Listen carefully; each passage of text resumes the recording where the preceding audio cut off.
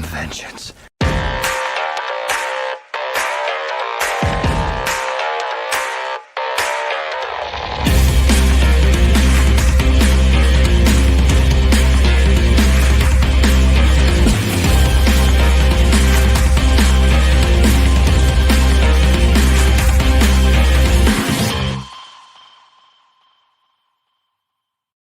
Welcome back, everybody. This is Mark 115 of the Super Civil Servants Podcast.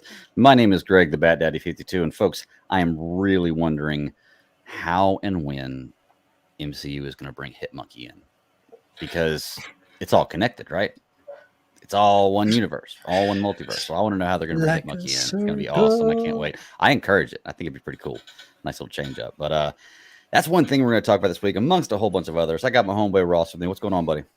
Not a whole lot, man. Just enjoying a Friday night. I hear you. Hanging out the house, catching up on good shows. A lot of stuff to watch this week. You know, we had to catch up on a little bit of stuff, or catch the tail on a little bit of stuff. We had 2 new things start this week. Actually, 3 new things start this week. 4 new things start this week, really. That's crazy. Or start since we recorded last. So a lot of new stuff. I didn't get to watch every little bit of all of it, but I got to watch a good portion of most of it and a lot of, or all of some of it. So it's going to be fun to talk about. But before we get into our shows, did you have that little bit of news you want to talk about, or a little bit of Spider-Man discussion we had beforehand? It's always fun to talk Spider-Man. Oh, I was just asking you before the show if you got the TV spot. It just popped up. I keep saying that I don't want to see any more information from Spider-Man. It just keeps finding its way to my eyeballs, and I can't do anything about it. Yeah, it's funny because I'm not typing Spider-Man in my Google search bar, but I just keep getting all these Spider-Man alerts, and it's like, okay, I really want to see the movie, but I want to see it when it comes out in theaters. I don't want to see it right now. I don't want to see any more of it. Yes, the stuff I've seen so far is cool, but I'm just mute those alerts every time I get one. It always comes from somebody different. Always some kind of Spider-Man thing out there. Look, the movie's coming out soon, y'all.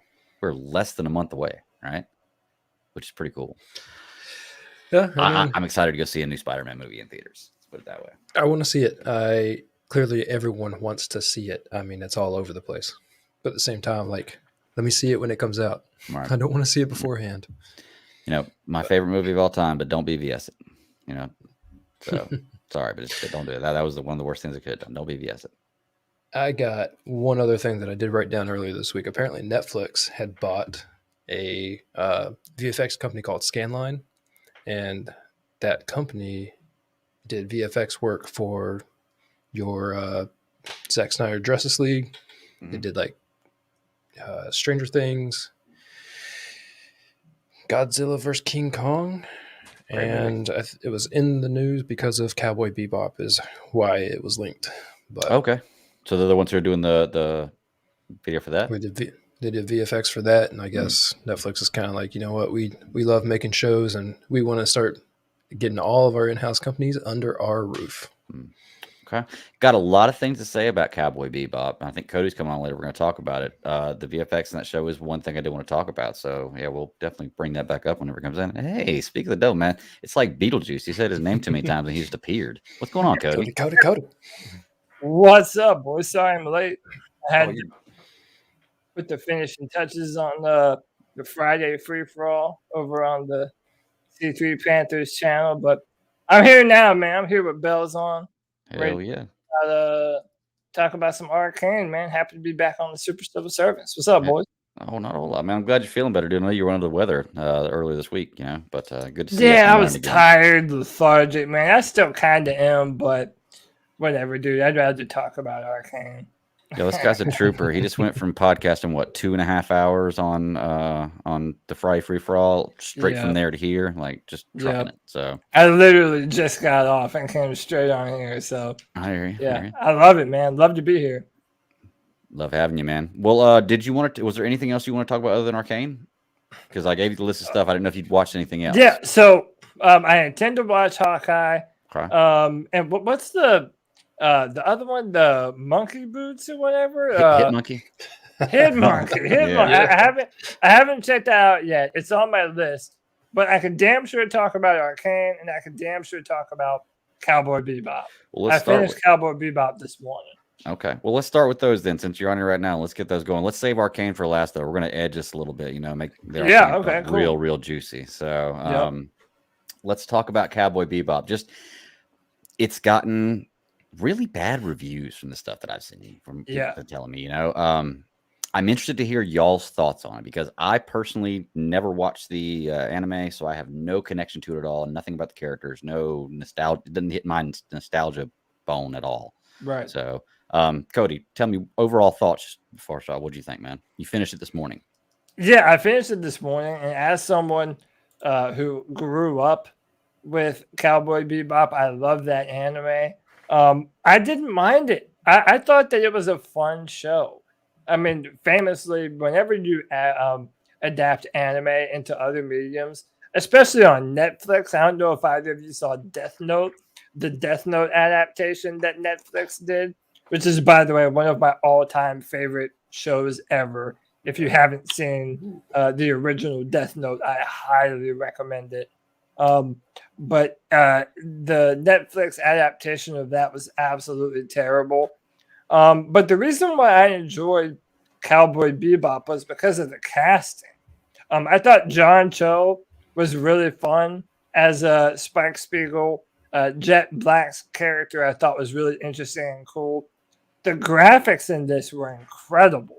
I mean, showing the spaceships and the futuristic cities on the moons of on Neptune and Europa and all these really cool places.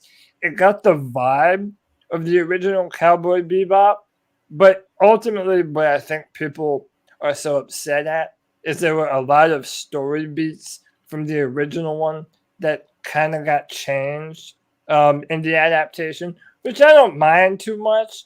Because if I wanted to really enjoy Cowboy Bebop, I would just watch the show. Mm-hmm. Whereas I didn't necessarily need a super faithful adaptation of the original source material. So I didn't hate it as much as people did online. I didn't think it was a smash success, but I felt like even though there was some kind of cornier parts of the show, overall I felt that it was fun. I enjoyed the action. I enjoyed the acting of the show. And yeah, I enjoyed it. I thought it was a fun time. I'm interested to hear what your opinion is, Greg, as someone who also didn't have any kind of relation to the source material. Okay, yeah.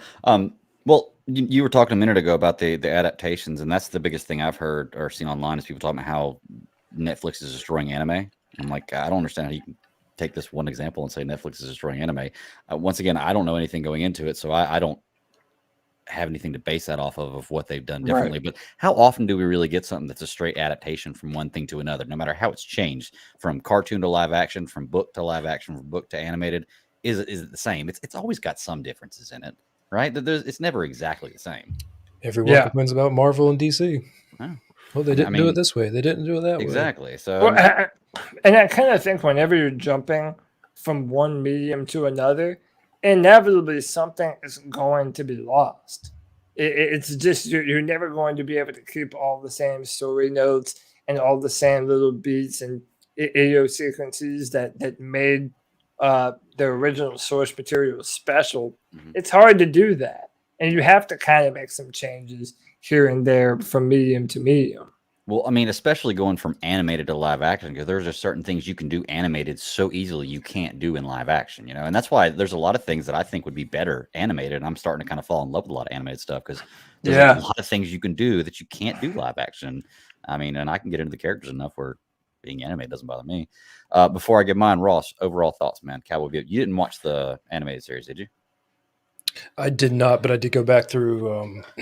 Clearly, they had like whatever episodes, the animated episodes they had on there, because I was curious to ask some questions about some of the characters they actually brought in, and I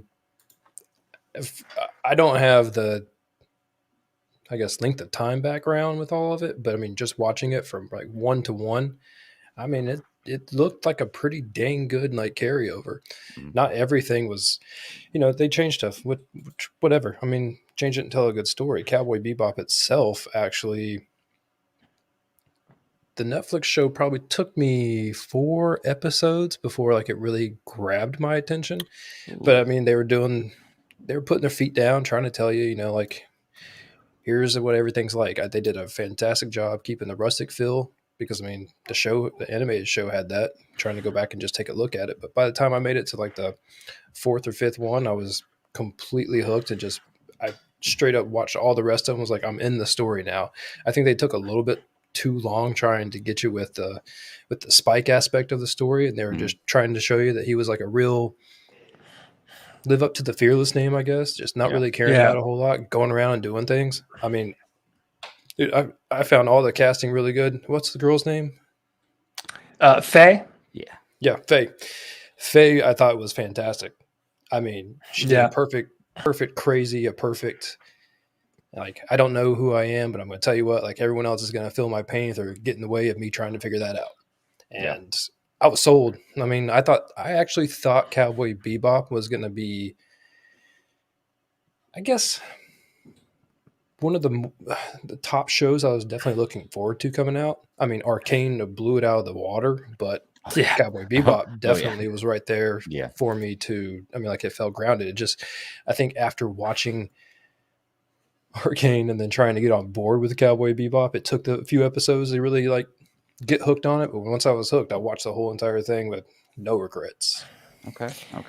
And I can also say that I did feel a little bit of, because I did have such a fondness towards the original source material, it made me plow through this Cowboy Bebop. And it's not like I would have wanted to stop watching. I thought it was a good show. But ultimately, like, if you love Cowboy Bebop, or if you like the story, I recommend the original anime. And I recommend it to everyone. I think it's a great show. The characters are fantastic.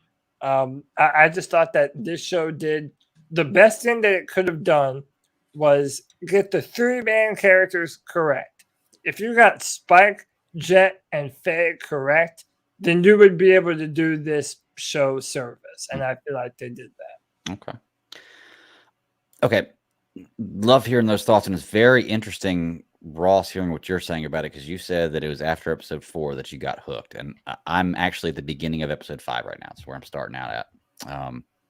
Went through 1 through 4. I like the casting. I like the characters. But I've found myself that the only thing that I'm really interested in is the fight scenes, because the fight scenes are great. The choreography is amazing. The like I said, the characters do a great job of portraying these roles. They're very believable. The personalities, at least, I kind of believe that Spike's kind of a jackass. He's kind of a dick, but he's not a dick. Yeah. I have a hard time through these first 4 episodes finding relationships with these 3 people and finding like a background storyline. I was talking to Nathan about it earlier today, and it kind of seems like a heist of the week type show with a little bit of story, like main through storyline sprinkled in the background. And maybe that's why it hasn't pulled me in yet. But realistically, that's kind of what Mandalorian is too. It's a heist of the week, and then the main story kind of in the background. And you kind of come to that point. And I'm starting episode 5, and Doom Patrol is the same way. It took me 4 episodes, or that got to the 5th episode before I got hooked. I really wasn't that into it, but I haven't been super impressed by it, other than it looking beautiful. The fight scenes being great. It kind of reminds me of Shang-Chi. I really, really enjoyed what I saw, but what I got wasn't fulfilling enough for me. Now, I trust Ross's judgment. If he says that episode 5 is where it really starts to pick up and this starts to come together to a story, cool, I'm down. I was planning on finishing it anyway because I liked it enough to finish it. But now I'm excited because now I want to get hooked on the show, because I don't trust what people say online about a lot of things. A lot of people talk a lot of trash about a lot of things that I really enjoy, and I kind of take pride in that, liking the stuff that people don't. I don't know what it is, but I think there's something about it I've noticed it about a bunch of shows I feel like I'm watching right now too. You really got to go through a couple. You got to let them, well, actually right there to that point that Nathan's saying. I mean, if it doesn't catch you on the first episode, then you're either the kind of person that's going to be like, well, that's not for me, or I'm going to keep going until it does. But I will tell you that I feel Cowboy Bebop was just trying to get you into the universe.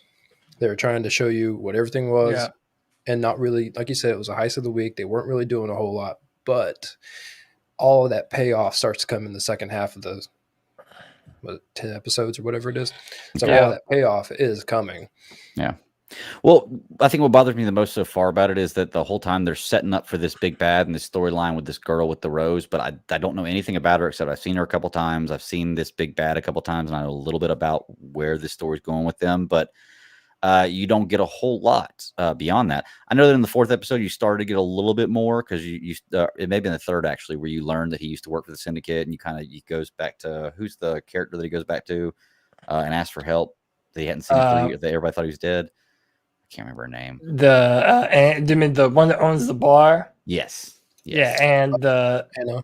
Anna, I think. What's her name? Anna. Anna or Anna, one of them. Anna. Yeah, that's when I'm starting to see some development in these characters now. That's why I was like, okay, after 4 episodes, I'm not blown away by it, but it pressed me enough where I'm going to continue viewing it, and I'm definitely going to finish the 1st season.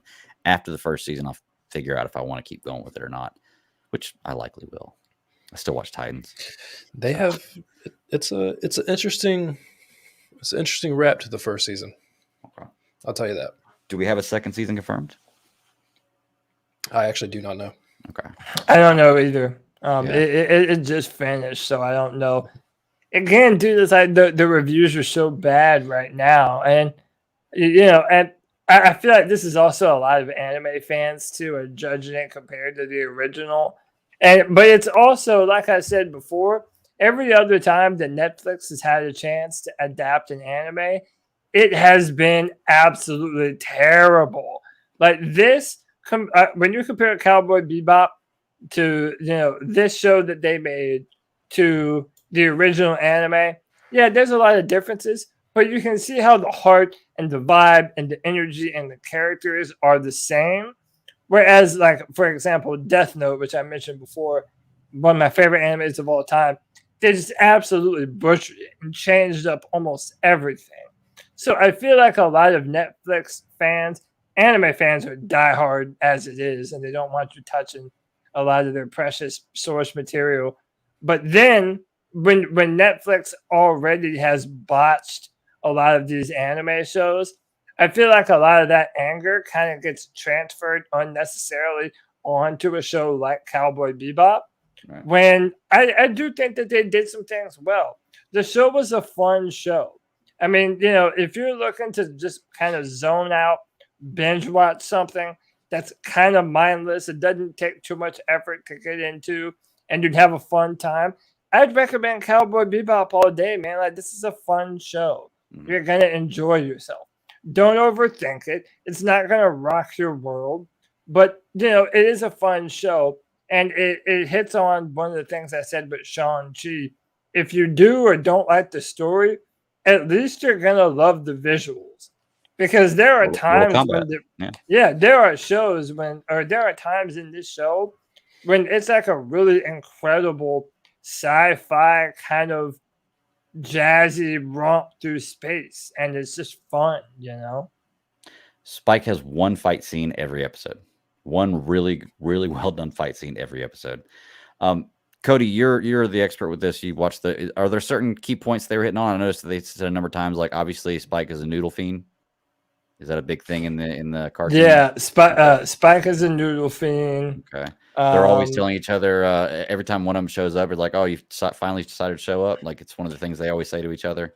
Yeah, they're always mad at each other for being late, or like someone is almost about to die, and then someone will come in and save the day, and it's like, well, now you're here. Yeah, and they always almost get their bounty, but something happens where they that's like they go through these crazy adventures where they're about to hit on a big time bounty, and then something happens at the end and they lose it every single time.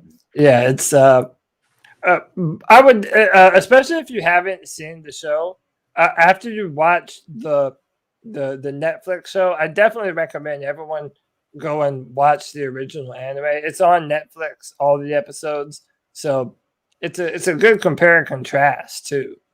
Yeah, I actually went to go start rewatching it again the other day because I watched the first 2 episodes and I watched 2 more. When I would go watch the 3 and 4, it brought me right to the animated show first. I typed in, I was like, okay, so it wants me to watch the animated show now, obviously. It's reading this out. You should. It's fun. You learn so much. You learn like all the little things that they are doing in this show. I mean, like if you know nothing, like I know nothing about the animated show other than what I've seen recently, and that was picking up and connecting all the dots immediately, not needing like to sit and wait. Like you can go and just look at the titles and the names of each of the animated episodes, and you're like, they just did that in the live action version. Yeah. Interesting. Very end of the show, I was like, wait, what? And then I went back and looked at it. I'm like, now I know. You learn a little something just by watching that anime. It's a fun show. Yeah. I've got an interesting question for y'all. Based on this being an anime drawn straight to live action, give me an anime or an animated cartoon, something from your childhood that you would love to see portrayed in live action. You can take a minute to think about it because there's a lot to go through here. But something you could think would be done really well live action. Animated show. An animated show from my childhood. It can be from any time. It could be something you're watching right now. You know, Captain Planet. Let's get weird. A live action Captain Planet. That would be pretty amazing. I mean, I want it done in the I want it done in that bootleg Power Rangers style. You know, the real gritty, like 15-minute episode. Mm-hmm. I want a real gritty Captain Planet, and I want him to come in 2021, and I want him to just to take shit out.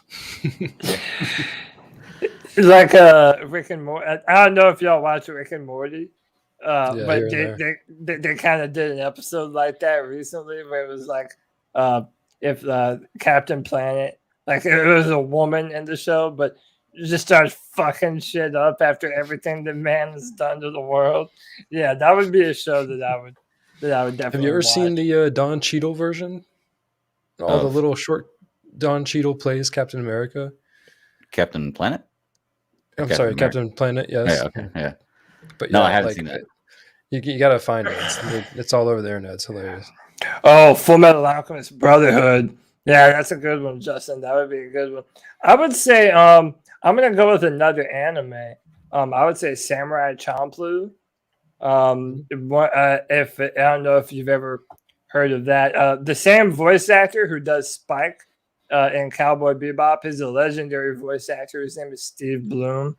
He also voices Mugen in Samurai Champloo.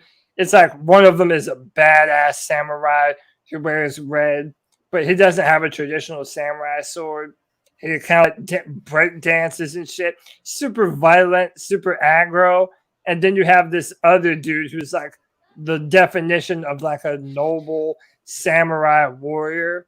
And these two are trying to find they're with this girl. They're trying to find the samurai who smells like sunflowers.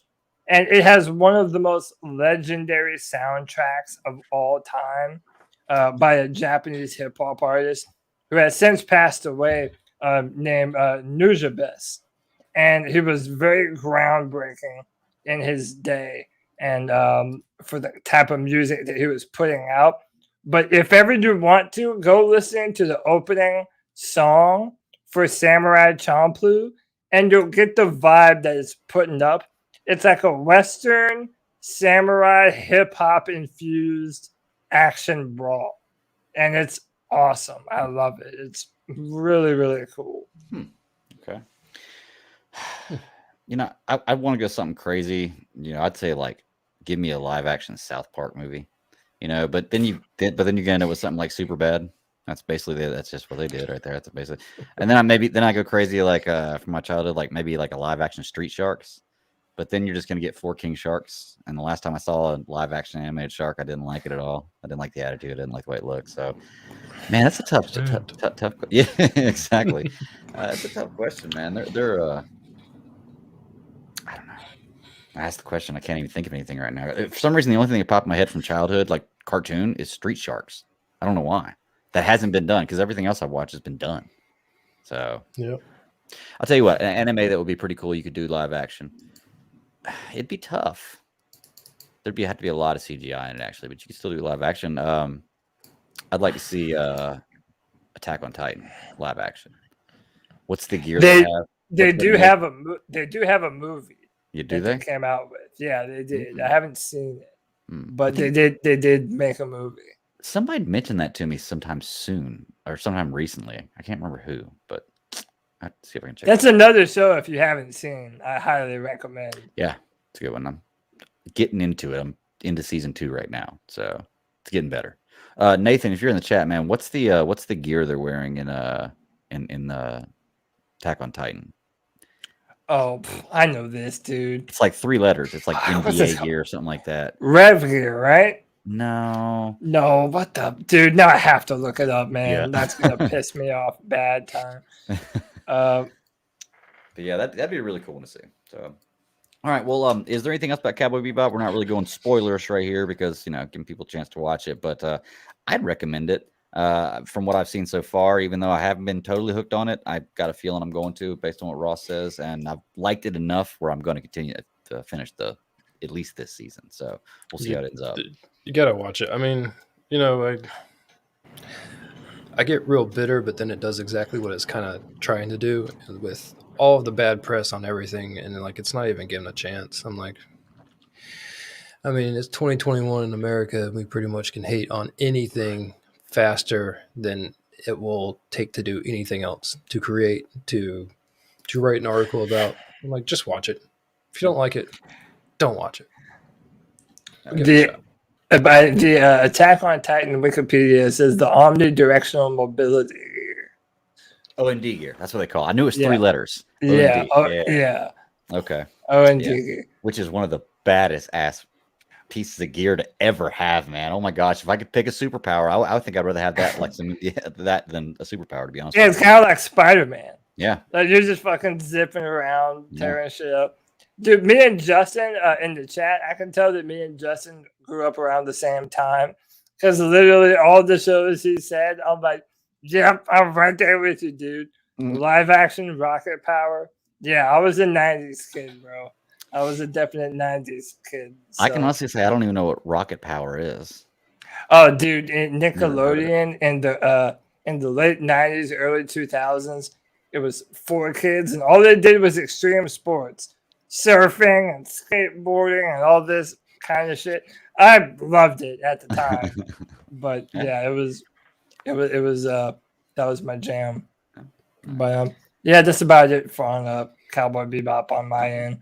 It's a fun show. I recommend it. The amount of hate that it's receiving, I feel, is undeserved. I feel like people are judging it a little too unfairly.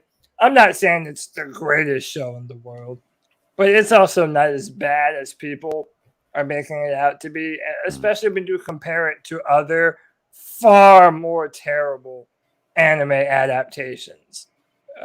So, yeah, I thought it was fun. Or better shows that get canceled. Yes. I mean, you never know with Netflix. Yes, yeah. It's true. All right, cool. Well, let's pop the cork, man. Let's go ahead and talk about Arcane. Let's do it. Enough of the foreplay. Yeah, man. We talked about episodes 1 through 6 last week, and 7, 8, and 9 were coming out the following day. I fucking love this series, man. I fucking love this series. Cody, thank you so much for recommending it to me. You're welcome, man. It might be the best animated series I've ever seen, and granted, my animated series of stuff I've watched is not a huge library, but I've watched a pretty good amount of stuff over the last few years, catching up on stuff.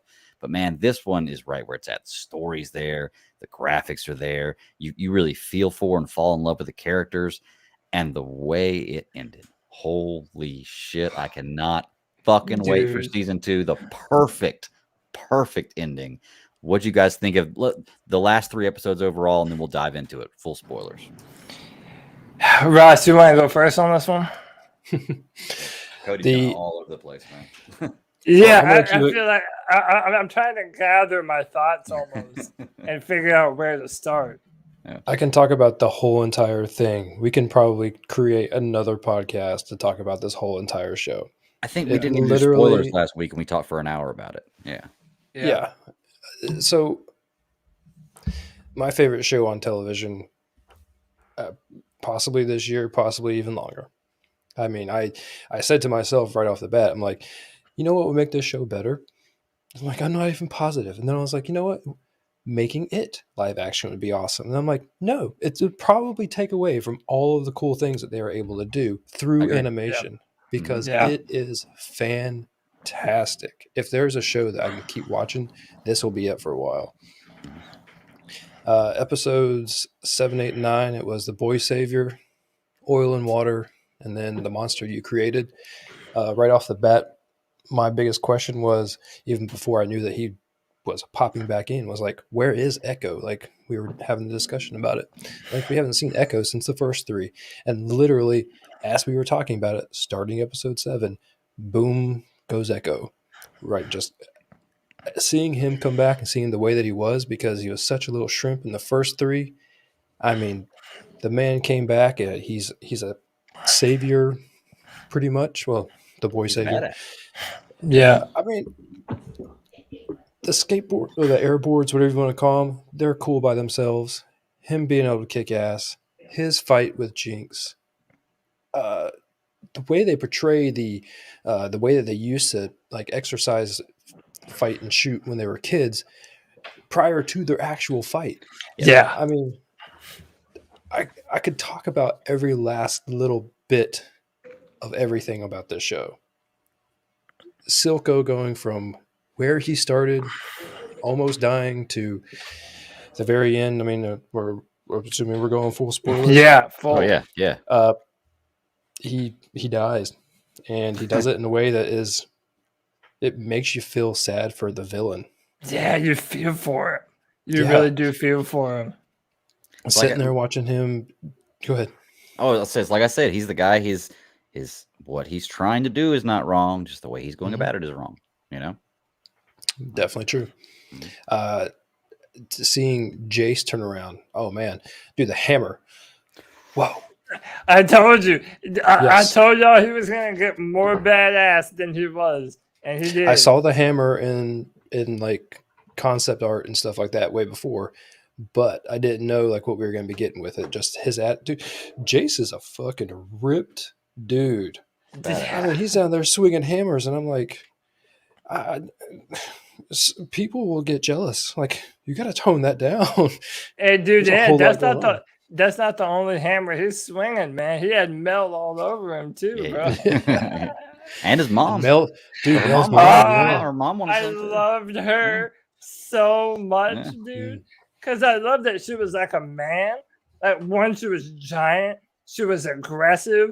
Like, she was like flaunting these young guys around like they were like her boy toys.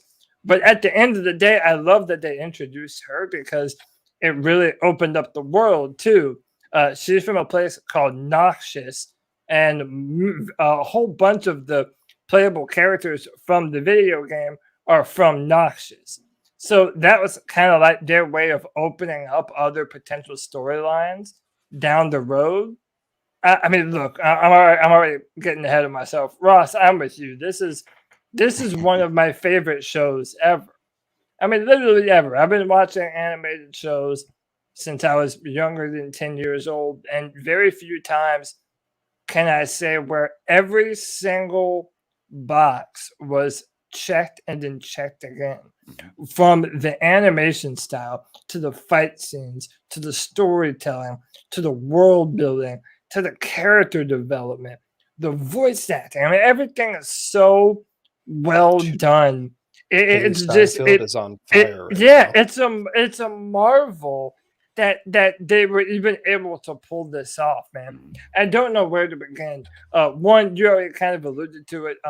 The scene with Echo and Jinx and how it really juxtaposed. You know, these two kids used to play around with each other all the time, and they were in these scenarios all the time as children, and then yet here they are as adults fighting for something that they believe in. And, you know, it's a life or death scenario type of moment. It was just absolutely incredible, the way they went about it. Yeah, go ahead. Go ahead, Bad Daddy. I was just say that scene actually right there is one of the main ones I want to talk about.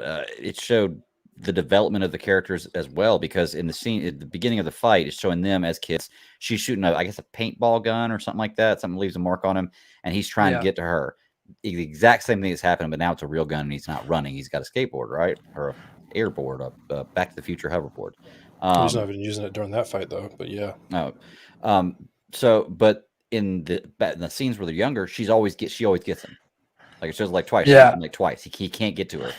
And then you see in this one, he finally gets to her without getting got, you know? Yeah. Okay, so showing the development there. Like he's changed a lot and she doesn't realize how much he's changed, you know? And then he's beating her in the face. And Oh, you yeah. you see how she just, her defenses completely lower. Mhm. And you feel like, you feel feelings and you're just like, holy shit. Like if you were beating the heck out of a girl who, you know, was completely could stand her ground in every single aspect, but when it reached that moment to where, you know, it's knuckles to cheekbones, like it got serious and you're like, whew, like even he and her staring at each other had that moment where he was just like, what am I doing? Yeah. And she was just lost. And the next thing you know, Well, and it's like they were fighting for something too. Remember, from his standpoint, all of the terrible shit that Jinx had done up until that point. And you know, he's justified in doing what he's doing, but also then he looks down and sees a girl that he used to know so well, that he used to grow up with, and then he's on top of her, beating her down. And then in the very next moment, it shows you the lengths that Jinx is willing to go to, because she drops a grenade right there and pulls it. And both of them are right by it. She has no regard for her own health and safety. It's win at all costs. She really does have like a terrorist mentality to her. And of course, that plays out in the final scene of the show. My last note, or not last, but another note on Echo. He is one of the playable characters in League of Legends. But I also love how they're building up his character now with Heimendinger.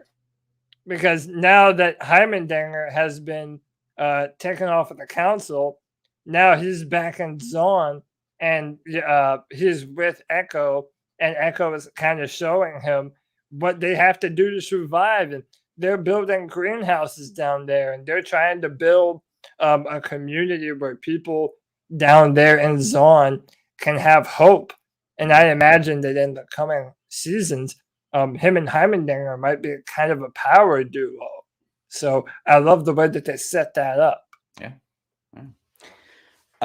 One scene I've got to talk about for one specific reel, other than it was a badass scene, is, you know, there's a lot of great fight scenes in this one, but there's a scene where Jace and Vi actually team up. Okay. And if you know me, I'm a gauntlet and a hammer kind of guy. So these two characters on there with the gauntlets and hammers, I was down with it, man. And those are the gauntlets I was talking about in the intro you see at the beginning, but you haven't seen the whole show, and you finally get a glimpse of it in this. I'm like, okay, we're gonna get to use them in this episode, and we did, and they're pretty badass. She's pretty fucking awesome with them. And you're right, man. Jace, you were telling me before, you were like, yeah, they really gotta wait till you see him step his game up, and I was like, okay, I kind of want to see what happens. He really didn't do anything but pick up the axe. He's just a badass, you know. So he didn't really have any superpowers. He didn't have any kind of boosters or that. He's just a badass. That axe hammer that he can turn into a gun, like, holy shit, man. I want that weapon. That's the kind of hammer I want right there. Like, I love my hammer. Don't get me wrong. Cracks nuts great. But you ride your hammer. I'm sorry.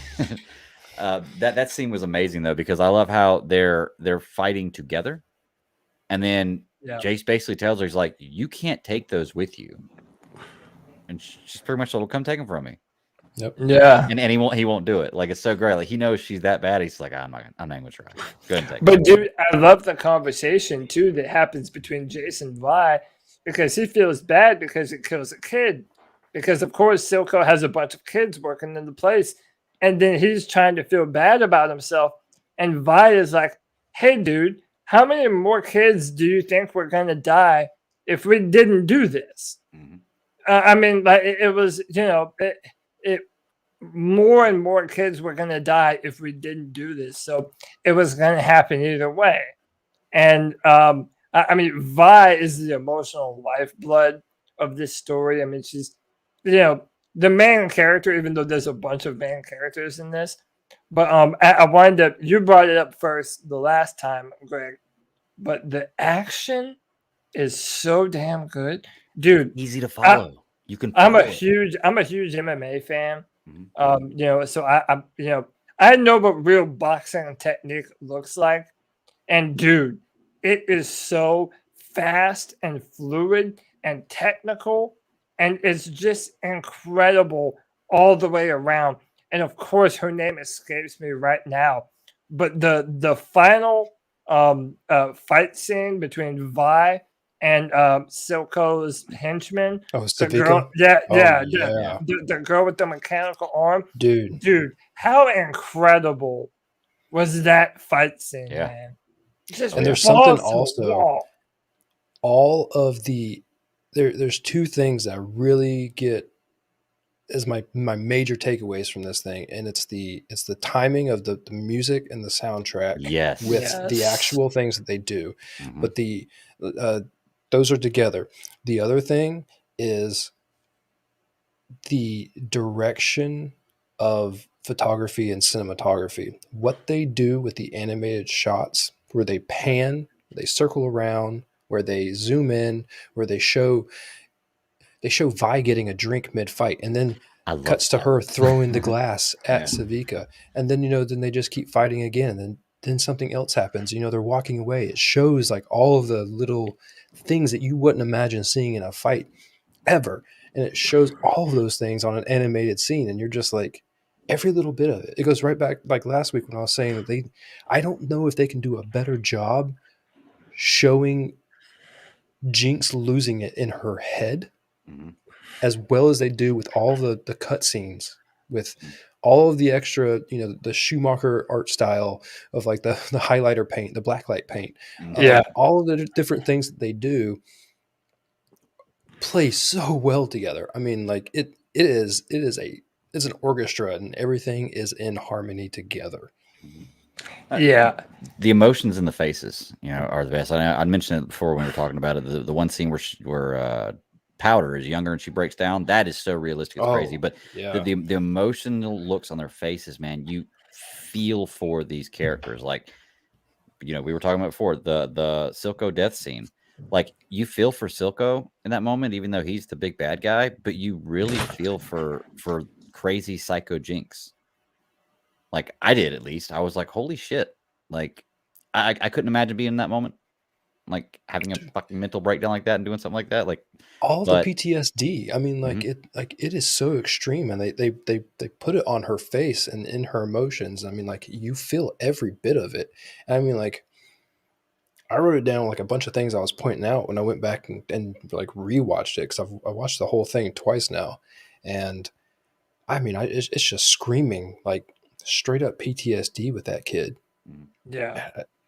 You feel so sad, so lost, so funny, because you want to be a part of like her humor, because you see it on her face when she starts to. There's that scene with her and Silco where she finds out that he's lying about Vi being dead, and I don't know if that was in these three or the previous three, but the loopiness of that girl is just, it's amazing how well they pull that off.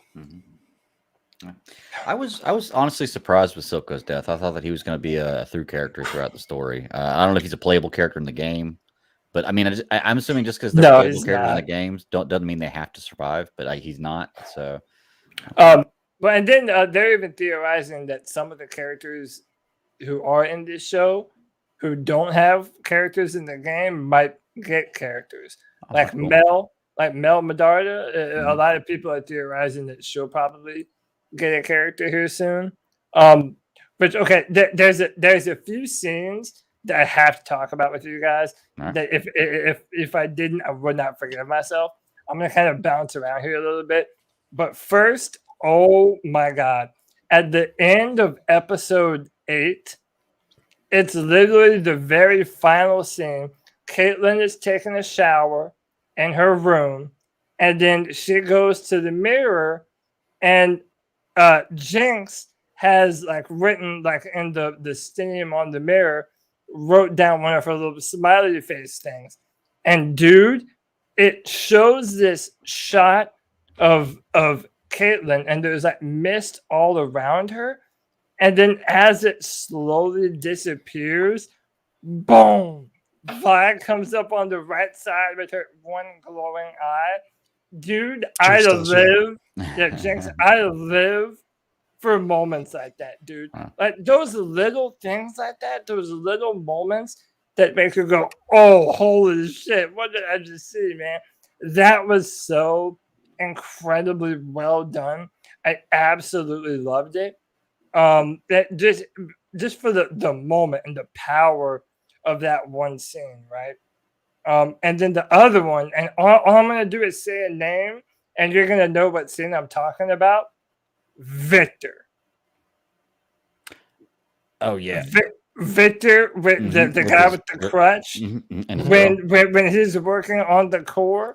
Oh, and with and his and the girl that's like crushing over him comes into the room, and at the last second he looks and it just evaporates her.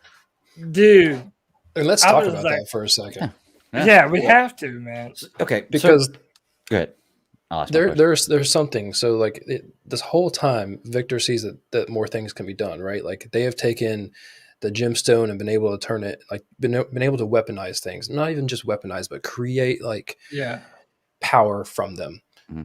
And the whole push is like, should they make weapons or should they not? When he does that with the hex core, when he's sitting there trying to figure it out with the runes and everything else, which is a whole nother point I need to talk about later. There's something missing every time he tries to introduce organic matter. When he does it with himself and he adds the shimmer in that he gets from the mad old scientist, he's able to adapt it to him because it's almost like it sucked his blood out that first time that it was going crazy, and like that drop of blood just went straight into it.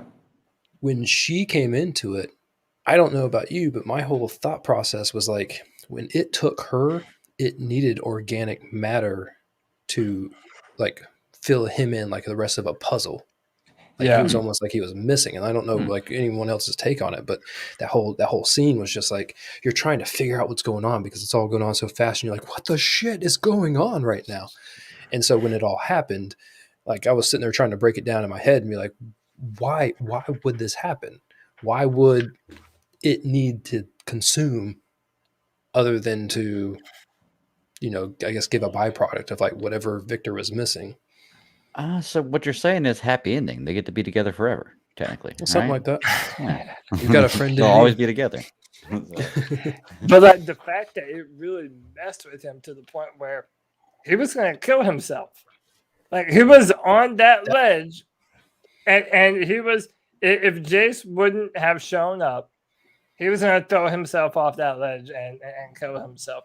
And dude, it was so sad too, because like they actually did it really beautifully, because they've been showing you every time they show that girl character, she very clearly has a crush on him.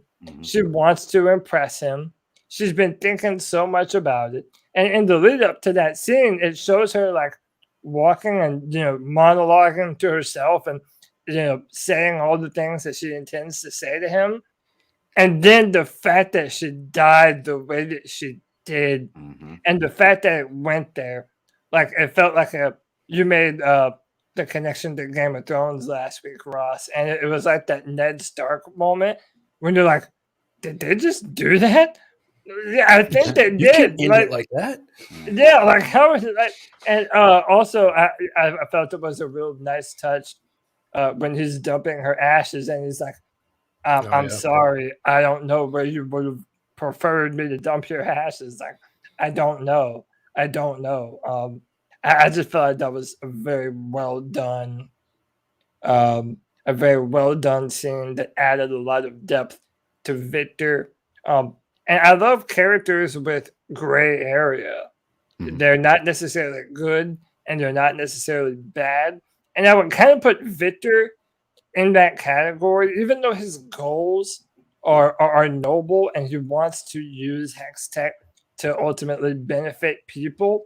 The fact that he became so consumed with his work that it literally caused the death of someone else. I really loved that about his character, and it felt like one of the most believable characters in the show, which says something because everyone is kind of believable in this show. I think they did a fantastic job mirroring. I'm going to jump, Greg. If you have something to say, go ahead. No, go ahead. Say it. No, I was going to jump to something else. You good? There is all sorts of mirroring in this show, and there's three things that stick out to me real big. You just touched on one of them when Victor was about to jump, and then Jace showed up to save him. That was a complete mirror and 180 from when Jace was about to do it, when he was about to get kicked out in the first 3 episodes. He was going to jump off the ledge, and Victor came and found him because he wanted to know more about what he was. That was when they first met, right? Yeah. So that whole thing did a full 180. One of the other two I read about, the first one was in the first act when Powder is sitting at the bar and there's the fun song playing, Vander's making her, giving her a drink, straw and everything. It's the same cup that she sits at the bar when she is calling that one guy, Chuck. Hey, Chuck, what you doing, Chuck? It's the same cup. It's like the same kind of style. They pulled that back full loop with a just trying to center around the same type of scene to show you how far she's come. Right. The other one was the bridge scene. This whole show started off with smoke, the bridge burning, and it was Powder singing the song. And basically, it's almost like an old war song, like "Remember those that have fallen." She was humming that song when she was shooting Marcus and everyone else on the bridge after she was like coming up and blowing it up with the firelights. Like all of that stuff, it just keeps coming back around. The attention to detail in this show is nothing short of amazing. I didn't catch any of that. That's pretty good. I like it. Two things I want to talk about. Let's talk about Caitlin. Okay. I want a little more out of this character, and I feel like we're going to get more out of her in the next season. You said she's a playable character. I don't know what her. Yes, she is a playable character. I don't know what her abilities would be because we haven't really seen a whole lot from her. She's smart and she's ambitious. She's very, very driven, but I haven't seen a lot out of the character.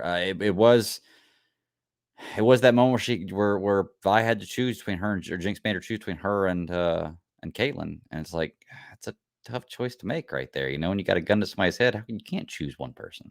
Like, what an impossible question to ask somebody, But Caitlyn's going to be a character that I want to keep my eye on and see what's going on with her because I think she's going to be a lot bigger. She's the connection between Vi and Jace. She's like the liaison between those two. They would have no connection. Yeah. Otherwise, Yeah. And then the other thing I want to talk about was the ending scene. Okay. We've been working on building this weapon that we haven't seen. We know that Jinx has got to build this weapon. We don't know what this weapon's going to do. We just know that she's got to build this weapon with this hex tech. And at this moment at the end, Silco, before he's killed, has made a deal with Jace for complete independence of Zon. Yeah. As like basically, like I said, it'd be like if North Carolina decided we wanted to secede from the Union, be our own country, and everybody's going nuts about it. And the most ironic part about it is at the very end, you see them all voting yes that they're going to allow them to do it to stop the violence and would totally end this whole series, end the whole series. And that's the moment she's firing that weapon. And you don't see what happens. You just see her firing into that Senate chamber, I guess you would call it, or council room chamber. So she literally is a Jinx. Yeah. She jinxes everything. Yeah. So I want to see how they start off next season because she basically just started a war. Right? There are so many theories as to what could happen next. If somebody's able to deflect it, if it kills people. Obviously, you think someone's going to die. Like, the fallout to that is not going to be good. To rewind a little bit, and Ross kind of touched on it a little bit earlier, that's what really made you feel for Silco in his final moments, because you learned that, he really did love her. he was not gonna give her up. He was not going to give them Jinx even for the independence of Zon. And you really did believe. I mean, I don't know about you guys, but I believed him. Well, In that moment, it felt genuine to me. You don't think that he was saying that to manipulate her in that moment? Because that was when she was going back and forth between him and Vi? Well, no, because that was when he was going to die. Like, he had already been shot. Oh, yeah. So that's true, yeah. Yeah, he had already been shot. So he already knew that he was going to die. He had no reason to lie to her. So I mean, maybe I read that differently than you guys did. I felt that's part of what made that moment so good and what made you feel for Silco is that he really did love her, and that he wasn't going to give her up just for the liberation of Zon. And that kind of added that extra character depth that I was looking for in his character. See, I wonder how that was going to work, though, because if he wasn't going to give her up, he'd already made the deal with Jace, and they had already voted on the independence of Zon. Like, so that was already like a done deal. Like, he couldn't go back and renege on that, could he? I mean, our government does it all the time. Yeah, I mean, but again, like, this is a deal that's kind of made between Jace and Silco, like, on the fly. Without anybody else's consent, yeah. Yeah. But you really get, yeah, go ahead. You get that moment from Silco when he's sitting at the Vander statue and he's having that conversation before they pan around and Jinx is sitting there. You see him like start to kind of, you see him have that depth moment that shows his more about his character, like, you know, the whatever he said, like the death of a man would be his daughter or something like that. And it was a real human moment from Silco where he's just trying to talk to himself, but he's using the Vander statue as the soundboard. And it's something that's really interesting because they keep fitting all those little things in there. Silco needed, in order for that death scene to work, the little things that were building up to it were necessary. Yeah. Does anybody else find it weird that Silco raised her from like a 7-year-old girl and they were like legitimately in love? It was a kind of weird. It's kind of like dating your daughter. You know? There was that one scene, and it was like the first time that they showed them interact after she's finally aged up, and he's sitting in his chair, and she like kind of like nuzzles up to him like real daddy daughter vibe, but also it was kind of like a Harley Quinn Joker kind of. Yeah, she got her hand in his pants. Yeah, she's like essentially like getting close up to him. I don't know, like I didn't feel like bludgeoned with it, but the show didn't shy away from sex stuff. Yeah, like there was this implied, the side boob, this implied lesbian relationship with Vi and Caitlyn, and then you had Mel, and then you had Mel and Jace, and that was another interesting one. I felt like not only did we learn that Silco had genuine love for Jinx, but I think Mel had genuine love for Jace.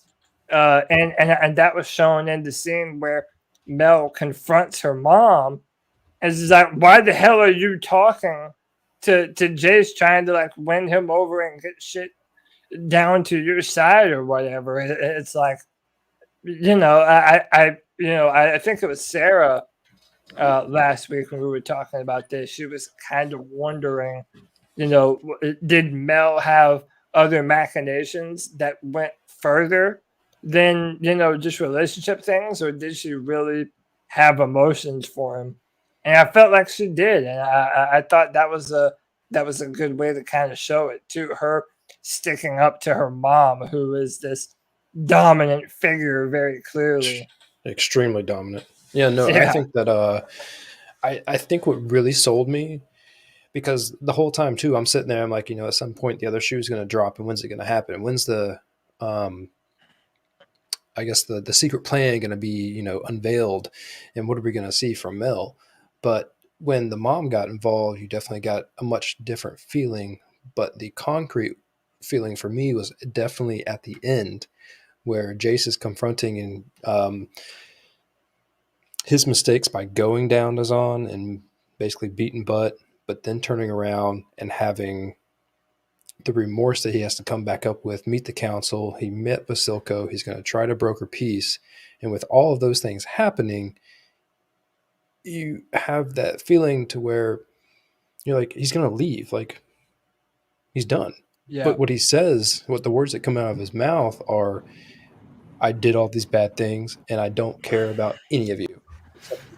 Yeah. Like, yeah. Like, maybe this is like for real. Yeah. And the scene when it first introduces Mel's mom, I believe her name is Ambessa. I'm so bad with names, dude.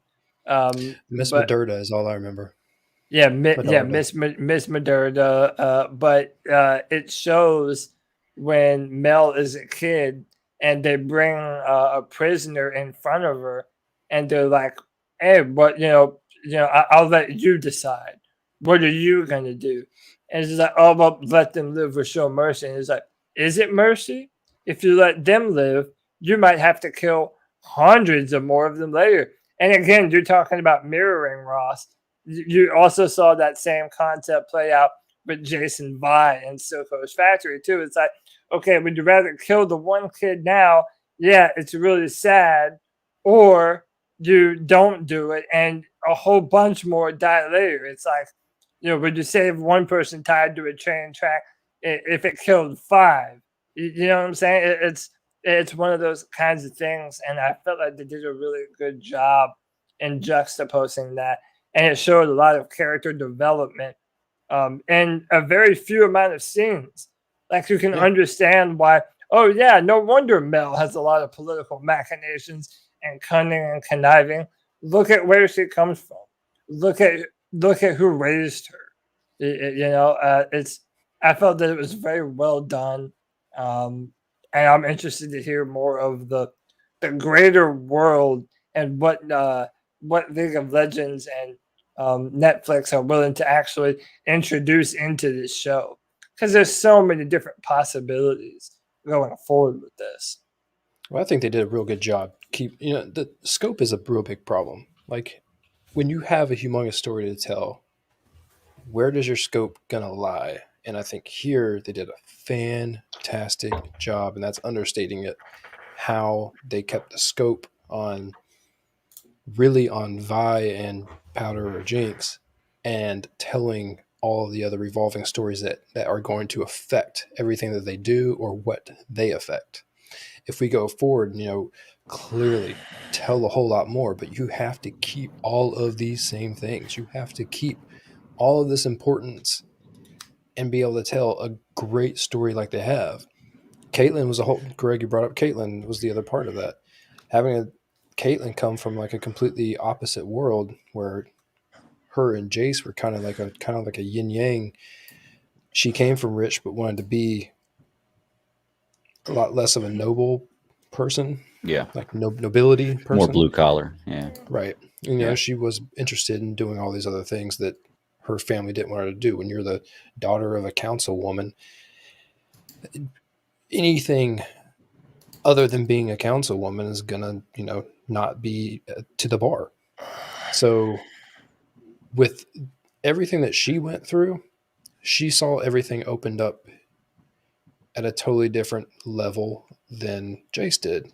Jace got the real quick, like, things are bad, we got to go fix it. And the first thing that went wrong, he bent and broke. He was done. She and Caitlyn definitely was eased into the whole thing, seeing just how bad, like peeling back all the layers. Like, these people don't take trains. They love to, parkour hardcore all around this place. And she had to make the deal to save Vi once Vi was stabbed. She had to just all the little things that girl had to figure out the hard way. She found out completely different than Jace did. But it was funny because their paths were one and the same, very close. They just crossed at one point when they met each other. Yeah. Dude, What are you gonna say? the whole show, again, like going through the whole thing, it's just incredible everything that they were able to pack into this. Mhm. I mean, I feel like we're gonna get off of. I'm gonna get off of here with you guys, and be like, oh, dude, I totally forgot to bring up da da da. You know, and just because there's so much that that you can talk about. But I'm in love with the characters, man. And if I'm gonna really love a show, I have to love the characters. And most of the time, I have to love more than one of them. And I genuinely do love more than one of them, man. I love Jinx. I love Vi. I love Echo. I love Heimendinger. I thought Jace was a really cool character. Dude, so many. Oh, yeah. So many, dude. Dude, this show's so good that I remember whenever I think I'd only watched the first 3 episodes, and I think like after the 3rd episode, it had been that moment. I think that was the first time that Jinx and Vi had gotten back together, and they had a happy moment together, and it's for like the reunion after how many years, like 12, 13 years, whatever. And I said, oh, I'm so glad that they finished this and didn't do this CW teenage angst thing between the two. The entire rest of the show, that's pretty much all it's about, is their relationship going back and forth. And they did such a great job of it that I actually enjoyed it. That's how good this show is, that I was so happy they finished it, or I thought they finished it. And that was all it was about throughout the end, basically. And it's just, they did a great job with it, man. Because with CW, it's always, you hurt my feelings. I don't want to be your friend anymore. I don't know why. I don't know when I can forgive you. This one, you actually felt the emotions of the character, man. Like you said, the way they portray the PTSD Ross is amazing. Like the way they, I don't know what a proper way to portray a crazy person is. I may be a little crazy myself, so maybe it's something I see in my head. But like when I see like Crazy Jane on Doom Patrol, and when I see Jinx on this show, it's just like, okay, I can see that crazy there. That's believable crazy, you know? Yeah. One more scene. And if we need to move on, forgive me if I'm long-winded. The scene where Silco needs to save Jinx, and he goes to sing the mad scientist dude, and at the end he's like, okay, this is going to be terrible. Are you prepared to do this? Even if she's never truly going to be the same. And it is like, are you prepared to lose her in doing this? And he's like, okay, all right, fine. And he says, but you have to go out too, because you know, it's going to be terrible. I can't have you interfering with this. And then at the end, when he says, I had a daughter too, and it's just, oh, dude, you get goosebumps. You get a chill going up your spine. It was so good, man. Another thing connected to Singed, that's the bald dude, the mad scientist guy. I don't know if you guys want me to show you this or not, but it was basically confirmed at the end that Vander is going to be coming back. But it was one of those things where if you blinked, you missed it. I must have blinked. Do you want me to? This can kind of be considered a spoiler for next season, but I don't know if you want me to tell you or not. Yeah, I don't care. Do you care? Okay, well, I can. Okay. I heard there were 2 characters that they were talking about bringing in, possibly two. Okay, so can you share? Okay, so that character right there, that is essentially going to be Vander next season. Okay. So there's an end shot where Singed is looking down on at his pocket watch, and by the way, the girl in his watch is a playable character in League of Legends, so she might end up being in here as well. But this guy right here, Warwick, he's been like one of the most legendary characters in League of Legends. But at the end, you see right above him, there's like a furry dude hanging from the wall above Singed, and you can see like his furry arm like on the wall above him. So a lot of people thought that Vander might come back as Warwick, and that pretty much kind of confirmed it. also there was that part in the flashback where Jinx is like having visions of Vi and Vander, and when it shows Vander, at one point it covers him in a wolf outline. So that was another really cool bit of foreshadowing that they kind of do to kind of, build up the world a little bit more. I thought that was really cool. Yeah, that'll be interesting. And yeah, it just gives you something to look forward to going forward. Warwick is probably going to be a really, really cool character. I'm excited to see what they do with him. I need to play this game. Yeah, that's funny. I need to play this game. I feel like I would enjoy this game. It's not a story. It's not a story game. Yeah, I was going to say, I don't want to rob it of anything at all, and I don't mean this in a negative way, but I've seen a lot of movies and TV shows based off of video games, and rarely are the expectations ever met. This right here, thrust in like 75% of like drama and like a 25% story. I mean, like, I think that they really amp up the storyline here based on like that quarter of League of Legends like lore, and then they turn it into something fantastic. Well, my numbers may be way off. I'm just be guessing and BSing this whole thing. But what I'm saying is, I think that they just did a fantastic job taking what they had and turning it into something fantastic. Yeah. And my final opinion on why I think that is, most video game adaptations are terrible, but the reason why I think this one was so good is because League of Legends isn't a story game. If you want to get some kind of story from that, you're either going to have to watch cutscenes, which you can view on their YouTube page, but they don't happen in game. You're not playing to get from one cutscene to another. You really have to dig deep into the lore and go into the world and kind of dig deep within it. So I feel like that gave them the freedom to kind of just tell an isolated story that wasn't trying to hit on all the notes of what made Halo popular or Doom popular or Assassin's Creed or any of the other myriad of video game movies that have Double Dragon. The absolute dog shit, man. And I think that benefited them. Yeah, totally. Very, very much so. Having limitless power, like no boundaries. It's kind of like the Arcane or the Magic they have in this. They haven't really ever given you a description of what it can and cannot do, so they can pretty much make it do whatever the hell they want to make it do. And I think that's a good position for them to be in. You bring up the Arcane, and it's something like there's one really important thing that I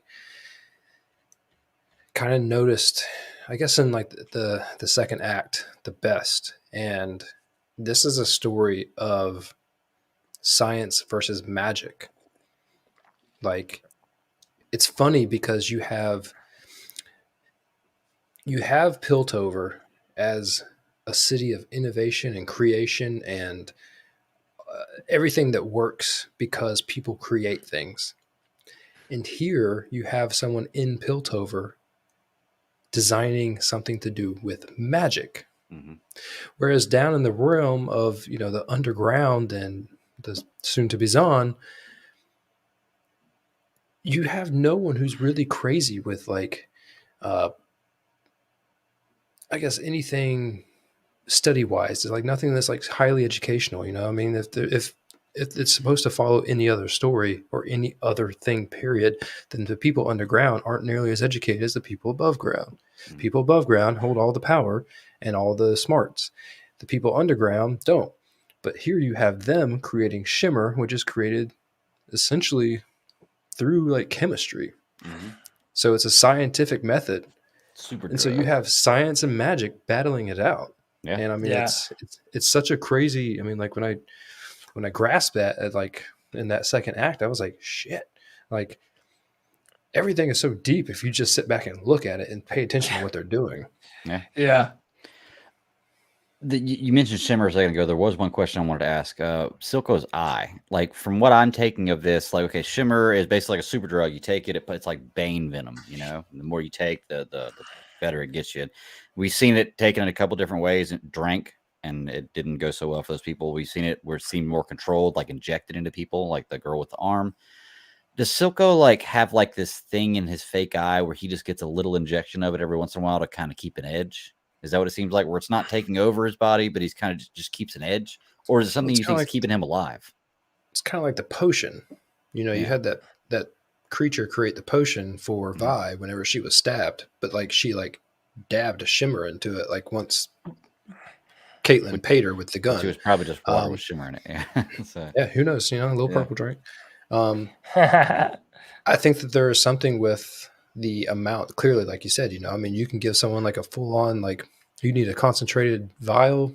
It's going to turn you into Purple Hulk, and you're going to start beating the shit out of people. Versus, can you use it to actually like cure ailments, rather temporary or permanently? Who knows? But yeah, there seems to be like a sliding scale of effectiveness, I guess. Almost like a medical use. The use of shimmer. Yeah. Okay. And the last question I had about it, Ross, you were talking about the. You may have said this when I stepped away. The hieroglyphs or the on the actual hex. Oh, the runes. Yeah, the runes. Yeah, on the. Did you mention that before? No, but what that's actually where I was going with it was the magic and science, because you know you have these smart people trying to understand magic. You have them learning all of these things that they live in a place that does not promote that style of thinking. You know, you got Heimerdinger the whole entire time. It's like, you know, you got to be careful. Like, magic was banned for a reason, you know, and I'm the only old person that remembers why. But all of the runes and everything else, going back to Victor carving them on himself, I mean, Jinx trying to learn them and everything else that she was doing, it was a real big science versus magic thing for me, and I'm sitting there trying to decipher. The runes mean nothing to me. I don't know. I mean, it's might as well be their written language, which I can't understand either.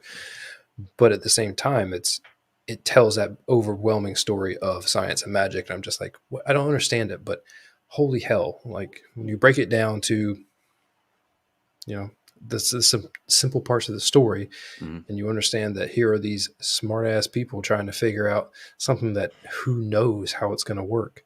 That's what people do when they want to. If I can figure out everything else in the world, I want to search for things that are hard. Magic is hard. Yeah.